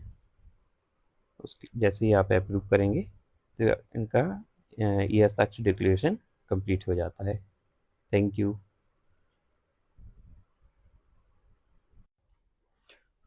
नमस्कार दोस्तों, स्वागत है आपका हमारे YouTube चैनल SNA स्पर्श महाराष्ट्र में। आज के इस वीडियो में हम सीखेंगे कि SNA स्पर्श में आपको आपके जो चाइल्ड एजेंसीज़ हैं उनको लिमिट कैसे प्रोवाइड करनी है या लिमिट एलोकेशन कैसे करना है। अभी सबसे पहले जो है हम लिमिट का एक बेसिक जो रूल है वो समझेंगे कि आपके लेवल पे जो लिमिट आएगी वो लिमिट आपको कैसे मिलेगी और किस तरह से दिखेगी, कितना अमाउंट आपको दिखेगा और उसी रेशियो में आपको कैसे आपके जो भी चाइल्ड एजेंसीज़ हैं उनको लिमिट एलोकेट करना है।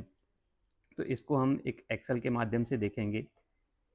चूँकि आपको जो भी लिमिट मिलेगी उसका 60% पार्ट ही आपको पोर्टल में दिखता है और वो 60% पार्ट भी आपको 3 अलग अलग CRC general, SC and ST में अलग अलग दिखता है। जनरल में आपको 75%, SC में 13% एंड ST में 12% अमाउंट आपको दिखेगा।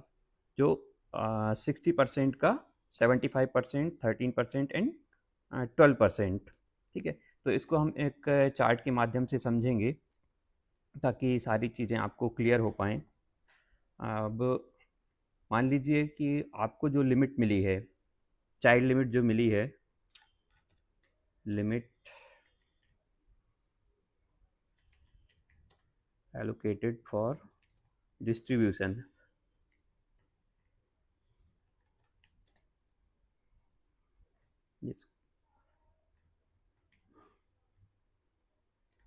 तो मान लीजिए कि ऑन पेपर जो है या जो रिलीज ऑर्डर है उसमें आपको 1000 की लिमिट मिली हुई है, जो कि ये 100% है।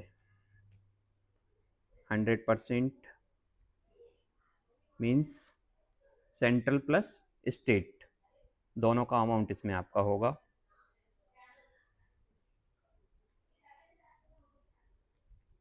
Central share plus state share.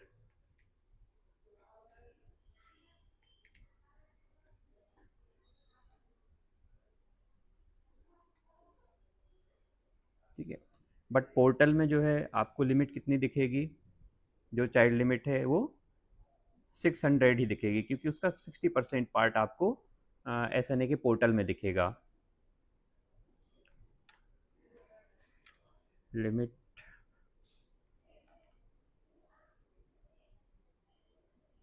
shown in SNA portal, तो ये अमाउंट कितना होगा आपका 60% ऑफ 1000, तो ये आपका 600 दिखेगा। ठीक है, तो ये हमारा कितना हो गया 1000 और जो पोर्टल में आपको दिखेगा 600 की लिमिट दिखेगी। अब मान लीजिए कि आपके अंडर में 5 चाइल्ड एजेंसीज़ हैं, मैं उनका नाम रखता हूँ चाइल्ड एजेंसीज जो हैं। मान लीजिए A, B, C, D and E। अभी ये 5 चाइल्ड एजेंसीज हैं आपकी, इनको आपको ये 1000 डिस्ट्रीब्यूट करना है। तो मान लीजिए कि 100% का डिस्ट्रीब्यूशन हम करते हैं इन 5 के बीच में, तो आपका फॉर एग्ज़ाम्पल हम 200 लेते हैं। ये 200 आपने डिवाइड किया तो आपका ये 1000 जो है आपकी 5 एजेंसीज में डिवाइड हुआ। बट पोर्टल में तो आपका 600 दिख रहा है, तो ये क्या है आपका 75% है। इक्वल टू सॉरी 60% ही अमाउंट है ये आपका। ये वाला जो अमाउंट जो ऑन पेपर आपको रिलीज किया गया है उसका 60% ये मिला है आपको। तो जो आप पोर्टल में आपके जो चाइल्ड एजेंसीज हैं उनको जो लिमिट देंगे वो भी आपको इसका 60% ही देना है। तो यहाँ पर हम फॉर्मूला लगाएंगे इस अमाउंट का 60%। तो ये 60% आपको मिल जाएगा। तो ये वाला जो अमाउंट है आपको आपकी चाइल्ड एजेंसी को एज अ लिमिट देना है। आप सिस्टम में 120 की लिमिट देंगे तो उसके अगेंस्ट में वो 200 का बिल क्लेम कर पाएंगे। तो इसको जो है हम सभी को 60% में हमने कन्वर्ट कर दिया। अभी देखिए चूँकि ये 1000 या 600 जो आपके पोर्टल में दिख रहा है वो 600 भी आपको जो है 3 अलग अलग CRC में दिखेगा। एक होगा आपका जनरल का CRC या जनरल हेड, सेकंड होगा SC एंड थर्ड ST का हेड होगा। तो जनरल हेड में जो है आपको 75% अमाउंट होगा एलोकेशन का। यहाँ पर आपका SC में 13% होगा एंड ST में 12% अमाउंट होगा। तो इसी रेशो में आपको ये अमाउंट भी डिवाइड करने हैं। तो पहले हम 600 का यहाँ पर जो है 75% निकाल लेते हैं, इक्वल टू दिस इंटू 75%। तो देखिए जनरल में जो आपको लिमिट दिख रही होगी जनरल वाले हेड में वो 450 दिख रही होगी।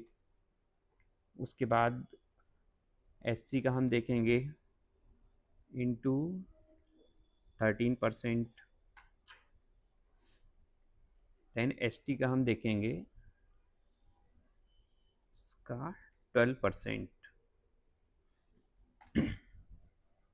तो ये आपका जो 600 आपके पोर्टल में दिख रहा है लिमिट, उसका बाइफरकेशन हमें मिला ये जनरल SC एंड ST का। जनरल का 75% होता है, SC का 13% एंड ST का 12%।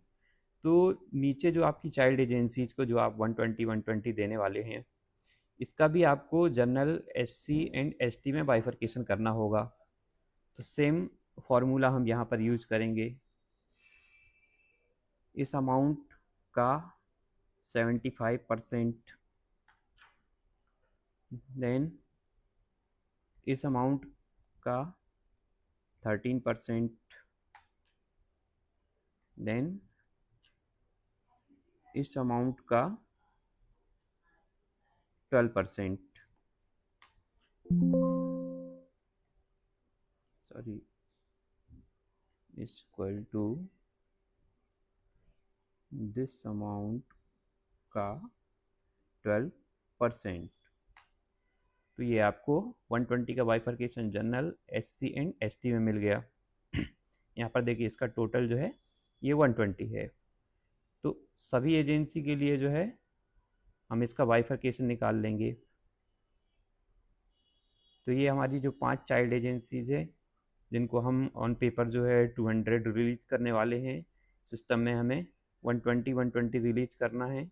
और इस 120 का जो है जनरल SC एंड ST में जो बाइफरकेशन होगा वो कुछ इस तरह से होगा।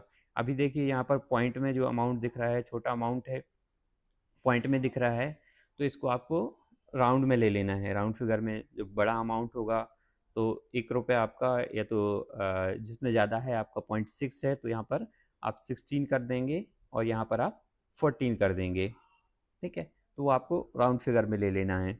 उसी तरह से जब बिल जनरेट करेंगे तो बिल जनरेट करते टाइम पे भी 1 रुपीज़ जो है आप जिसमें राउंड फिगर ज़्यादा है वहाँ पर आपका 1 रुपीज़ ज़्यादा हो जाएगा और ST में कम हो जाएगा, ठीक है। तो जो टोटल अमाउंट होगा वो आपका मैच हो जाएगा। तो इस तरह से पहले आपको एक चार्ट बना लेना है।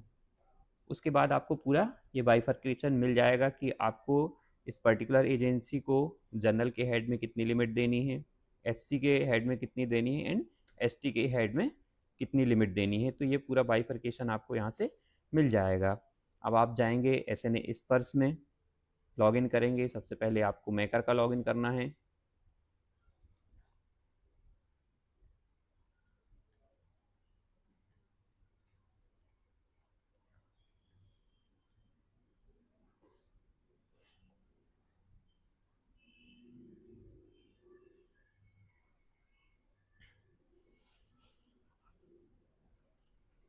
तो ये देखिए हमारा मेकर का लॉगिन है। यहाँ पर ड्राफ्ट दिख रहा है यूज़र टाइप में, ड्राफ्ट।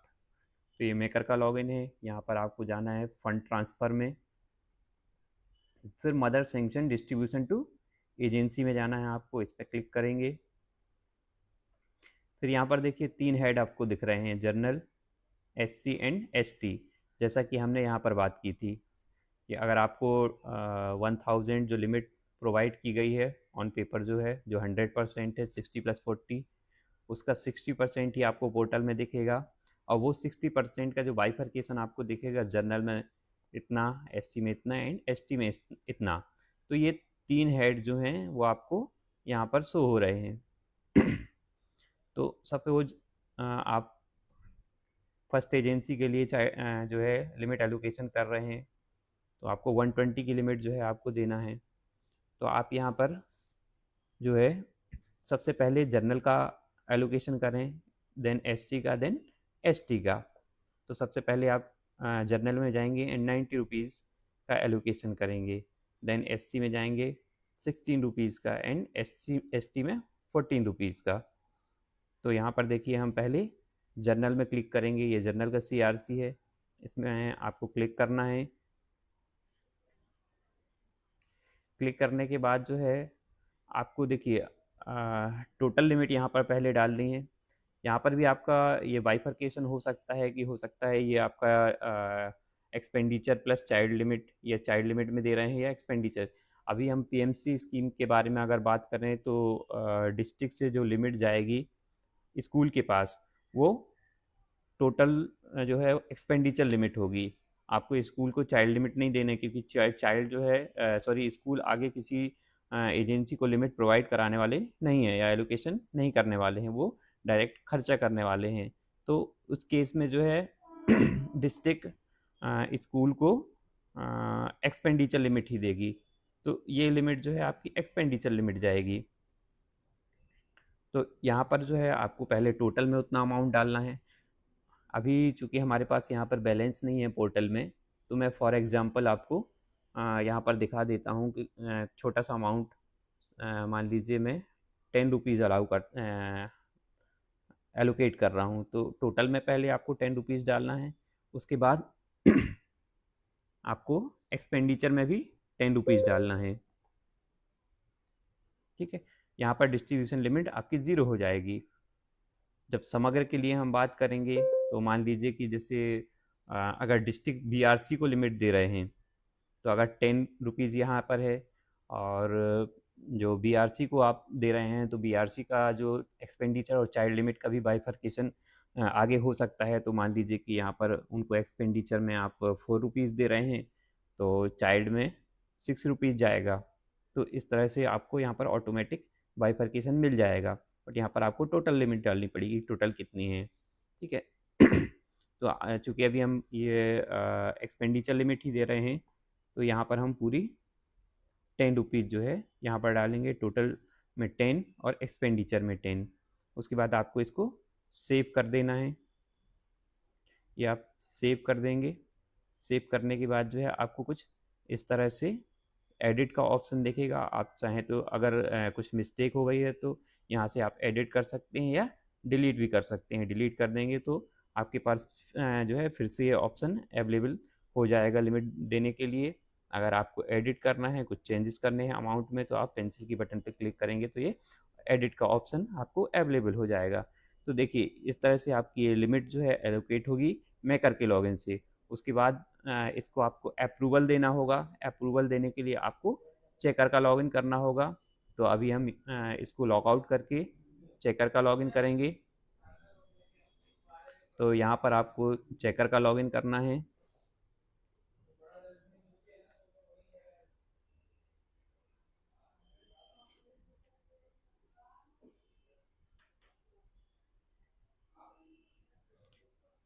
ये देखिए हमने चेकर का लॉगिन किया। यहाँ पर फाइनल यूज़र टाइप जो दिख रहा है, फाइनल मीन्स ये चेकर का लॉगिन है। तो ये लॉगिन करने के बाद फिर आपको यहाँ पर जाना है फंड ट्रांसफ़र में, approve mother sanction distribution to agency, इसमें आप जाएंगे। उसके बाद देखिए यहाँ पर जो है आपको दिखेगा काउंट,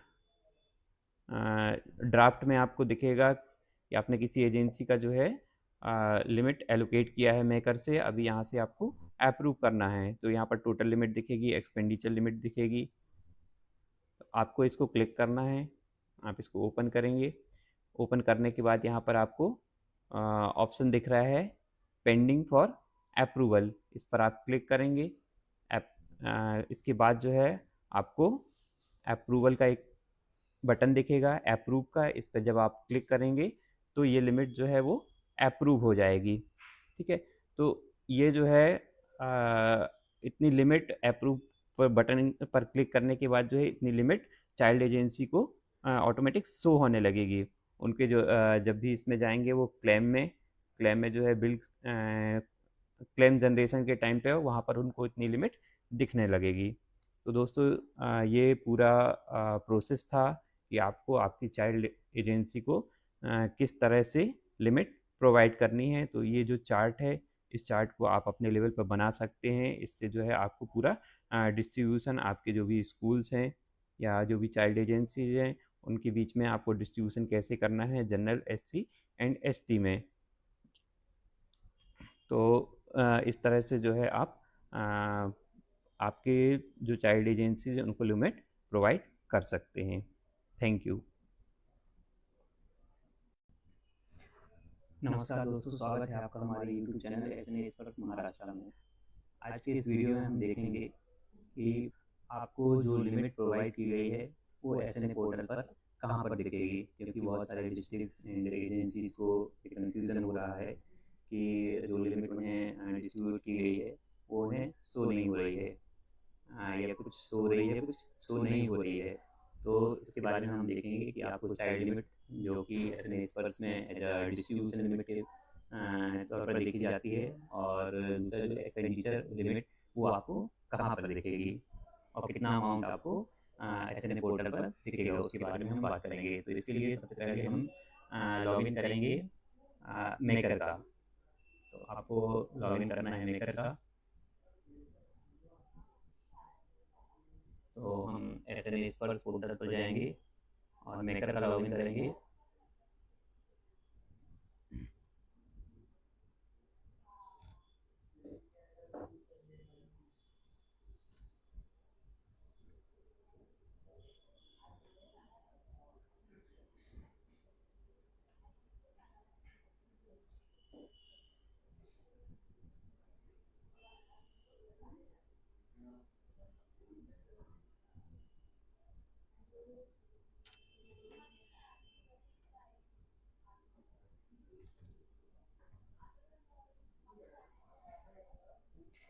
तो देखिए हमने मेकर का लॉगिन किया हुआ है, यहाँ पर ड्राफ्ट लिखा हुआ है, मीन्स ये मेकर का लॉगिन है। अभी आप मेकर का लॉगिन करेंगे। आप सबसे पहले जो है चाइल्ड लिमिट जो आपको प्रोवाइड की गई है, मीन्स यहाँ पर जो है डिस्ट्रीब्यूशन लिमिट के बारे में हम बात करेंगे। यहाँ पर देखेंगे, हम जाएंगे फंड ट्रांसफ़र में, mother sanction distribution to agency, means ये जो लिमिट आपको प्रोवाइड की गई है ये आप आपकी चाइल्ड एजेंसीज जो स्कूल्स हैं उनको आप प्रोवाइड करेंगे। तो वो लिमिट आपको यहाँ पर शो होगी। इस पर हम क्लिक करेंगे mother sanction distribution to agency में। जब हम इस पर क्लिक करेंगे तो आपको ये 3 CRC दिखेंगे। ये जनरल का है, SC एंड ST। तो आपको यहाँ पर क्लिक करना है, या फिर आपको यहाँ पर बैलेंस भी दिखेगा कि आपको कितनी टोटल लिमिट जो है चाइल्ड लिमिट में आपको रिसीव हुई है वो आपको यहाँ पर दिखेगा। कितना आपने डिस्ट्रीब्यूट कर दिया है वो आपको यहाँ पर दिखेगा। एंड अभी आपके पास बैलेंस कितना है वो आपको यहाँ पर दिखेगा। आप इसको ओपन करके भी देख सकते हैं। आप इस पर क्लिक करेंगे तो यहाँ पर जो है आपको रिसीव और बैलेंस लिमिट आपको यहाँ पर दिखेगी। आप यहाँ से जाके जो है आगे डिस्ट्रीब्यूट कर सकते हैं। इस एजेंसी को जो है आपको आगे डिस्ट्रीब्यूट करना है तो आप यहाँ से इसको डिस्ट्रीब्यूट कर सकते हैं। इसको डिस्ट्रीब्यूशन कैसे करना है या आपको चाइल्ड लिमिट को कैसे लिमिट प्रोवाइड करना है उसका जो प्रोसेस है हम नेक्स्ट वीडियो में देखेंगे। अभी ये हमारा चाइल्ड लिमिट आपको कैसे दिखेगी उसके लिए है। तो इस तरह से जो है आप चाइल्ड लिमिट जितनी आपको प्रोवाइड की गई है वो आप देख सकते हैं। आपको जाना है फंड ट्रांसफर में, then mother sanction distribution to agency में आपको जो है यहाँ पर आपको जो चाइल्ड लिमिट प्रोवाइड की गई है वो आपको यहाँ पर शो होगी। उसके बाद यहाँ पर ध्यान देने वाली एक बात है कि यहाँ पर जो लिमिट आपको दिख रही है वो केवल 60% है। जो भी आपको रिलीज ऑर्डर ऑन पेपर आपको यहाँ से प्रोवाइड किया जाता है उसमें जो है आपको 100% अमाउंट दिखेगा, बट उसका जो 60% पार्ट है वो आपको यहाँ पर एज अ लिमिट प्रोवाइड की गई है। बाकी का जो 40% जब बिल जनरेट करेंगे उस टाइम पे जो ऑटोमेटिक आपका आ जाएगा। तो इसको एक एग्जांपल से समझते हैं। जैसे यहाँ पर अगर ऑन पेपर जो है या रिलीज ऑर्डर में अगर आपको 1 लाख लिमिट प्रोवाइड की गई है तो आपको सिस्टम में जो है केवल 60,000 शो होगी एंड 40,000 जो है आपको जब आप बिल जनरेट करेंगे या जो चाइल्ड एजेंसीज है वो बिल जनरेट करेंगी उस टाइम पे जो है उनको ऑटोमेटिक जो है वो आ जाएगी लिमिट। तो यहाँ पर कोई भी जो भी अमाउंट है जैसे हम 5 लाख डाल देते हैं तो अगर आपको जो रिलीज ऑर्डर है उसमें 5 लाख की लिमिट यहाँ से प्रोवाइड की गई है तो सिस्टम में जो है आपको केवल 3 लाख लिमिट दिखेगी। बाकी का जो 2 लाख का लिमिट है वो जब बिल जनरेट करेंगे उस टाइम पे ऑटोमेटिक आएगी। आगे देखते हैं कि जो आपको एक्सपेंडिचर लिमिट दी गई है वो कैसे दिखेगी। तो एक्सपेंडिचर लिमिट देखने के लिए आपको जाना है यहाँ पर क्लेम में आप जाएंगे, क्लेम जनरेशन। यहाँ पर आप देख सकते हैं कि अलग अलग सीआरसी हैं, ये 3 सीआरसी में आपको दिखेगी। तो यहाँ पर जो है आपको इस पर जब आप क्लिक करेंगे सीआरसी नंबर पे जब आप क्लिक करेंगे इसके लिए आपको पहले इसको सिलेक्ट करना होगा रेगुलर क्लेम। और अभी पीएमसी स्कीम का देख रहे हैं तो पीएमसी स्कीम के लिए जो है टॉप अप ओनली क्लेम जो है ये नो रहेगा। समग्र के लिए यस हो सकता है बाद में, लेकिन अभी हम पीएमसी स्कीम के लिए देख रहे हैं तो इसमें जो है नो रहेगा। आपको इस पर क्लिक करना होगा। इनको सिलेक्ट करने के बाद जब आप क्लिक करेंगे तो ये इस तरह से ओपन होगा। तो यहाँ पर जो है आपको लिमिट दिखेगी, कितनी लिमिट आपको प्रोवाइड की गई है एक्सपेंडिचर के लिए। तो ये ध्यान रखिए कि ये लिमिट जो है 60% लिमिट ही है और बाकी का जो 40% है वो आपको बिल जनरेट करते टाइम पे ऑटोमेटिक मिल जाएगी। मीन्स अगर आपको यहाँ पर 60 रुपीज़ दिख रहे हैं तो आप यहाँ पर 100 रुपीज़ का बिल जनरेट कर सकते हैं। तो इस तरह से आप जो है चाइल्ड लिमिट और एक्सपेंडिचर लिमिट जो आपको प्रोवाइड की गई है उसको आप देख सकते हैं। Thank you.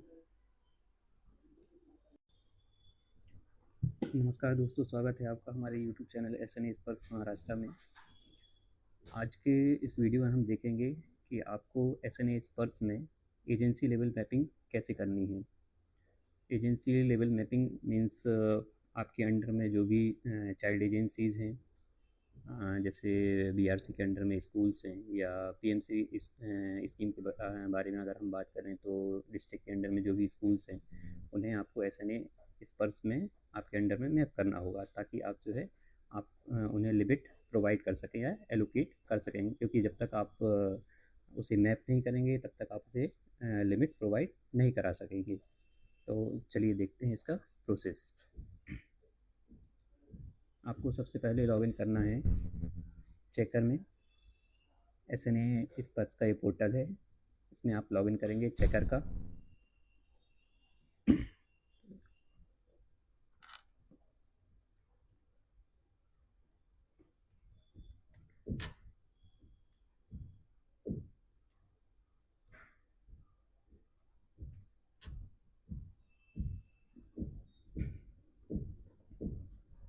आप देख सकते हैं यहाँ पर हमने ये लॉगिन किया है चेकर का। यहाँ पर ये फाइनल लिखा हुआ है, मीन्स ये चेकर का लॉगिन है, और जब ड्राफ्ट लिखा होता है तो वो मेकर का लॉगिन होता है। तो आपको चेकर का लॉगिन करना है एजेंसी लेवल मैपिंग के लिए। इसके बाद हम देखिए लॉगिन करने के बाद यहाँ पर जाएंगे एजेंसी लेवल मैपिंग में, इस पर क्लिक करेंगे। यहाँ पर आपको स्कीम सेलेक्ट करना है, कौन सी स्कीम के लिए आप कर रहे हैं। अभी हमारी PM3 स्कीम जो है वो ऑनबोर्ड हुई है, तो अभी हमें PM3 स्कीम दिख रही है। आगे जब हमारी समग्र शिक्षा स्कीम ऑनबोर्ड हो जाएगी तो हमें यहाँ पर समग्र शिक्षा स्कीम भी दिखेगी, उसका SLS कोड जो है, इसको हम सिलेक्ट करेंगे। सिलेक्ट करने के बाद देखिए आपके अंडर में या आपके डिस्ट्रिक्ट में जो भी स्कूल्स होंगे वो सारी एजेंसी आपको यहाँ पर दिखेंगी। अभी आपको कौन से स्कूल सेलेक्ट करना है जो आपके अंडर में है, जैसे जो BRC के अंडर में जो भी स्कूल्स हैं, आपको केवल वो स्कूल यहाँ पर सिलेक्ट करने हैं। तो जितने भी स्कूल्स आपको यहाँ पर दिख रहे हैं, आप यहाँ पर नंबर भी सिलेक्ट कर सकते हैं। अभी यहाँ पर 5 सिलेक्ट है तो केवल 5 दिख रहे हैं स्कूल। आप ऑल कर सकते हैं, 50 कर सकते हैं, 25 कर सकते हैं। तो यहाँ पर जो है आपको सारे जो भी एजेंसीज़ हैं वो दिखने लगेंगी। उसके बाद यहाँ पर आपको सिलेक्ट करना है। अगर आपको यहाँ पर सर्च में नहीं आ रहा है, यहाँ पर नहीं दिख रहा है, तो आप यहाँ पर जो है उस एजेंसी का यूनिक कोड डाल करके सर्च कर सकते हैं। उसके बाद उसे सिलेक्ट करके आपको जस्ट यहाँ पर सेव का बटन है, सेव पर आपको क्लिक करना है। जैसे आप सेव पर क्लिक करेंगे तो वो एजेंसी मैप हो जाएगी और नीचे आपको यहाँ पर दिखने लगेगी मैप में। तो इस तरह से आप जो है SNA स्पर्श पोर्टल पर एजेंसी को मैप कर सकते हैं ताकि आप उसे फंड एलोकेट कर सकें। Thank you. नमस्कार दोस्तों, स्वागत है आपका हमारे YouTube चैनल SNA स्पर्श महाराष्ट्र में। आज के इस वीडियो में हम देखेंगे कि जो PFMS में आपका रजिस्ट्रेशन जिस नाम से हुआ है उसमें अगर कोई स्पेशल कैरेक्टर है तो एजेंसी नेम से स्पेशल कैरेक्टर कैसे निकालना है। तो सबसे पहले मैं इसमें आपको ये बताना चाहूँगा कि अगर आपको किसी एजेंसी का special character means agency name से अगर कोई स्पेशल कैरेक्टर रिमूव करना है तो ये वही एजेंसी कर सकती है जिसने उसे क्रिएट किया हुआ है। तो सबसे पहले आपको चेक करना है कि वो एजेंसी कहाँ से क्रिएट हुई है। अगर आपकी एजेंसी से क्रिएटेड है तो आप एजेंसीज़ में PFMS में लॉगिन करके मैनेज अदर एजेंसी में जाके चेक कर सकते हैं। बट अगर आइडेंटिफाई नहीं हो पा रहा है कि आपकी एजेंसी जो क्रिएट हुई है वो उसकी पेरेंट एजेंसी कौन है, तो उसको आप चेक कर सकते हैं PFMS में जाके। PFMS में आपको यहाँ पर जाना है रजिस्ट्रेशन में, देन आप जाएंगे एजेंसीज़ में, रिट्रीव एजेंसी लॉगिन आईडी। तो यहाँ पर आपको यूनिक कोड डालना है जिस भी एजेंसी का आपको चेक करना है। मान लीजिए मैं MHBU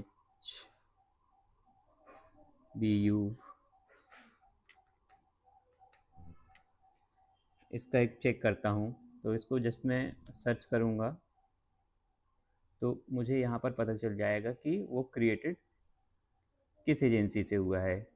तो अभी देखिए MPSP से क्रिएट हुआ है, तो MPSP का जो लॉगिन है उसके लॉगिन से ही इसमें अगर कोई स्पेशल कैरेक्टर है इस एजेंसी में तो उसको रिमूव किया जा सकता है।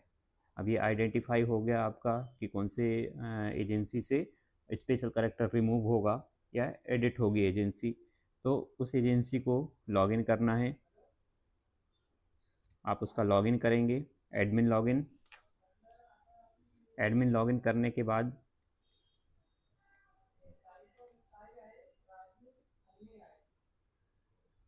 यहाँ पर देखिए आपको जाना है एजेंसीज़ में। एक आपको ऑप्शन दिखेगा एजेंसीज़ का, इसमें यहाँ पर आपको दिखा देता हूँ। यहाँ पर देखिए एडमिन का लॉगिन है, यहाँ पर एजेंसीज़ का ऑप्शन है। एजेंसीज़ में आप जाएंगे मैनेज अदर एजेंसी में आपको जाना है। तो यहाँ पर जो है पूरी लिस्ट दिखेगी जो भी एजेंसी क्रिएट हुई हैं, तो वो पूरी लिस्ट वहाँ पर दिखेगी। उसके बाद क्या करना है, आपको चेक करना है कि जो भी एजेंसी क्रिएटेड हैं उसमें कोई स्पेशल कैरेक्टर तो नहीं है। जैसे स्पेशल कैरेक्टर, ये सभी स्पेशल कैरेक्टर हैं, तो इनमें से कोई भी अगर स्पेशल कैरेक्टर है एजेंसी के नेम में, तो उसे आपको एडिट करके रिमूव करना है। तो इसके लिए हम क्या करेंगे, मैनेज अदर एजेंसी में जब हम जाएंगे तो आपको पूरी लिस्ट दिखेगी। कुछ इस तरह से जो है लिस्ट दिखेगी।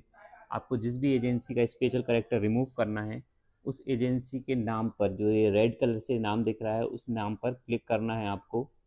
जब आप उसको क्लिक करेंगे तो उसका पूरा डिटेल ओपन होगा। कुछ इस तरह से यहाँ पर आपको पूरी डिटेल दिखने लगेगी। यहाँ पर फिर आपको एडिट का बटन दिखेगा, इस एडिट के बटन पर क्लिक करना है। जब आप एडिट के बटन पर क्लिक करेंगे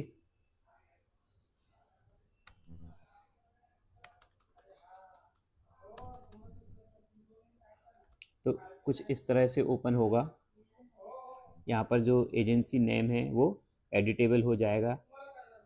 यहाँ पर क्लिक करके आप जो भी स्पेशल कैरेक्टर हैं उनको रिमूव कर सकते हैं। रिमूव करने के बाद आपको ये जो 3 ऑप्शन दिख रहे हैं, not required, not required, not required, tin, ten and pen, इनको सेलेक्ट कर लेना है। इनको सेलेक्ट करने के बाद आप उसे सेव कर देंगे। नीचे एक सेव का बटन या अपडेट का बटन होगा, इस अपडेट पर आपको क्लिक करना है। अपडेट पर आप क्लिक करेंगे। जब आप अपडेट पर क्लिक करेंगे, क्लिक करने के बाद जो है आपको एक ऐसा मैसेज दिखेगा ऊपर, edit request generated successfully and send to the agency. जो भी एजेंसी का नाम है, जिस एजेंसी से आप एडिट कर रहे हैं, उसी के पास अप्रूवल जाता है। अभी आपको अप्रूवल कैसे करना है वो देखेंगे हम। तो अप्रूवल करने के लिए आपको सेम एडमिन लॉगिन में ही एजेंसीज में जाना है। एजेंसीज में यहाँ पर एक अप्रूव का बटन होता है। अप्रूव में आप क्लिक करेंगे। क्लिक करने के बाद देखिए कुछ इस तरह का विंडो दिखेगा, एजेंसी स्टेटस। यहाँ एजेंसी स्टेटस में जब आप क्लिक करेंगे तो यहाँ पर लिस्ट दिखेगी। तो इसमें सबसे लास्ट में जो ये ऑप्शन है, एजेंसी एडिट रिक्वेस्ट अप्रूवल, इसको आपको सिलेक्ट करना है। इसको सिलेक्ट करेंगे आप, उसके बाद सर्च करेंगे। सर्च पर जब आप क्लिक करेंगे तो जो भी रिक्वेस्ट जनरेटेड हुई है वो आपको यहाँ पर दिखेगी। अगेन आपको ये जो रेड कलर से नाम दिख रहा है, इस नेम पे क्लिक करना है, जो एजेंसी का है, जिसकी एडिट रिक्वेस्ट आई है या हमने क्रिएट की है, उस पर आप क्लिक करेंगे। क्लिक करने के बाद यहाँ पर डिटेल्स ओपन होंगी। यहाँ पर देखिए 2 ऑप्शन आपको दिखेंगे, एक एग्जिस्टिंग, जो अभी एग्जिस्टिंग डिटेल्स हैं, उसके बाद न्यू, जो आपने चेंज के लिए रिक्वेस्ट डाली है। तो यहाँ पर आपको न्यू सेलेक्ट करना है। न्यू को आप सेलेक्ट करेंगे। सेलेक्ट करने के बाद जो है आपको उसको सेव कर देना है या अप्रूव कर देना है। तो यहाँ पर अप्रूव का बटन है, इस अप्रूव पर क्लिक करके आप उसे अप्रूव कर देंगे। तो आपको इस तरह से मैसेज दिखेगा, एडिट रिक्वेस्ट अप्रूव सक्सेसफुली।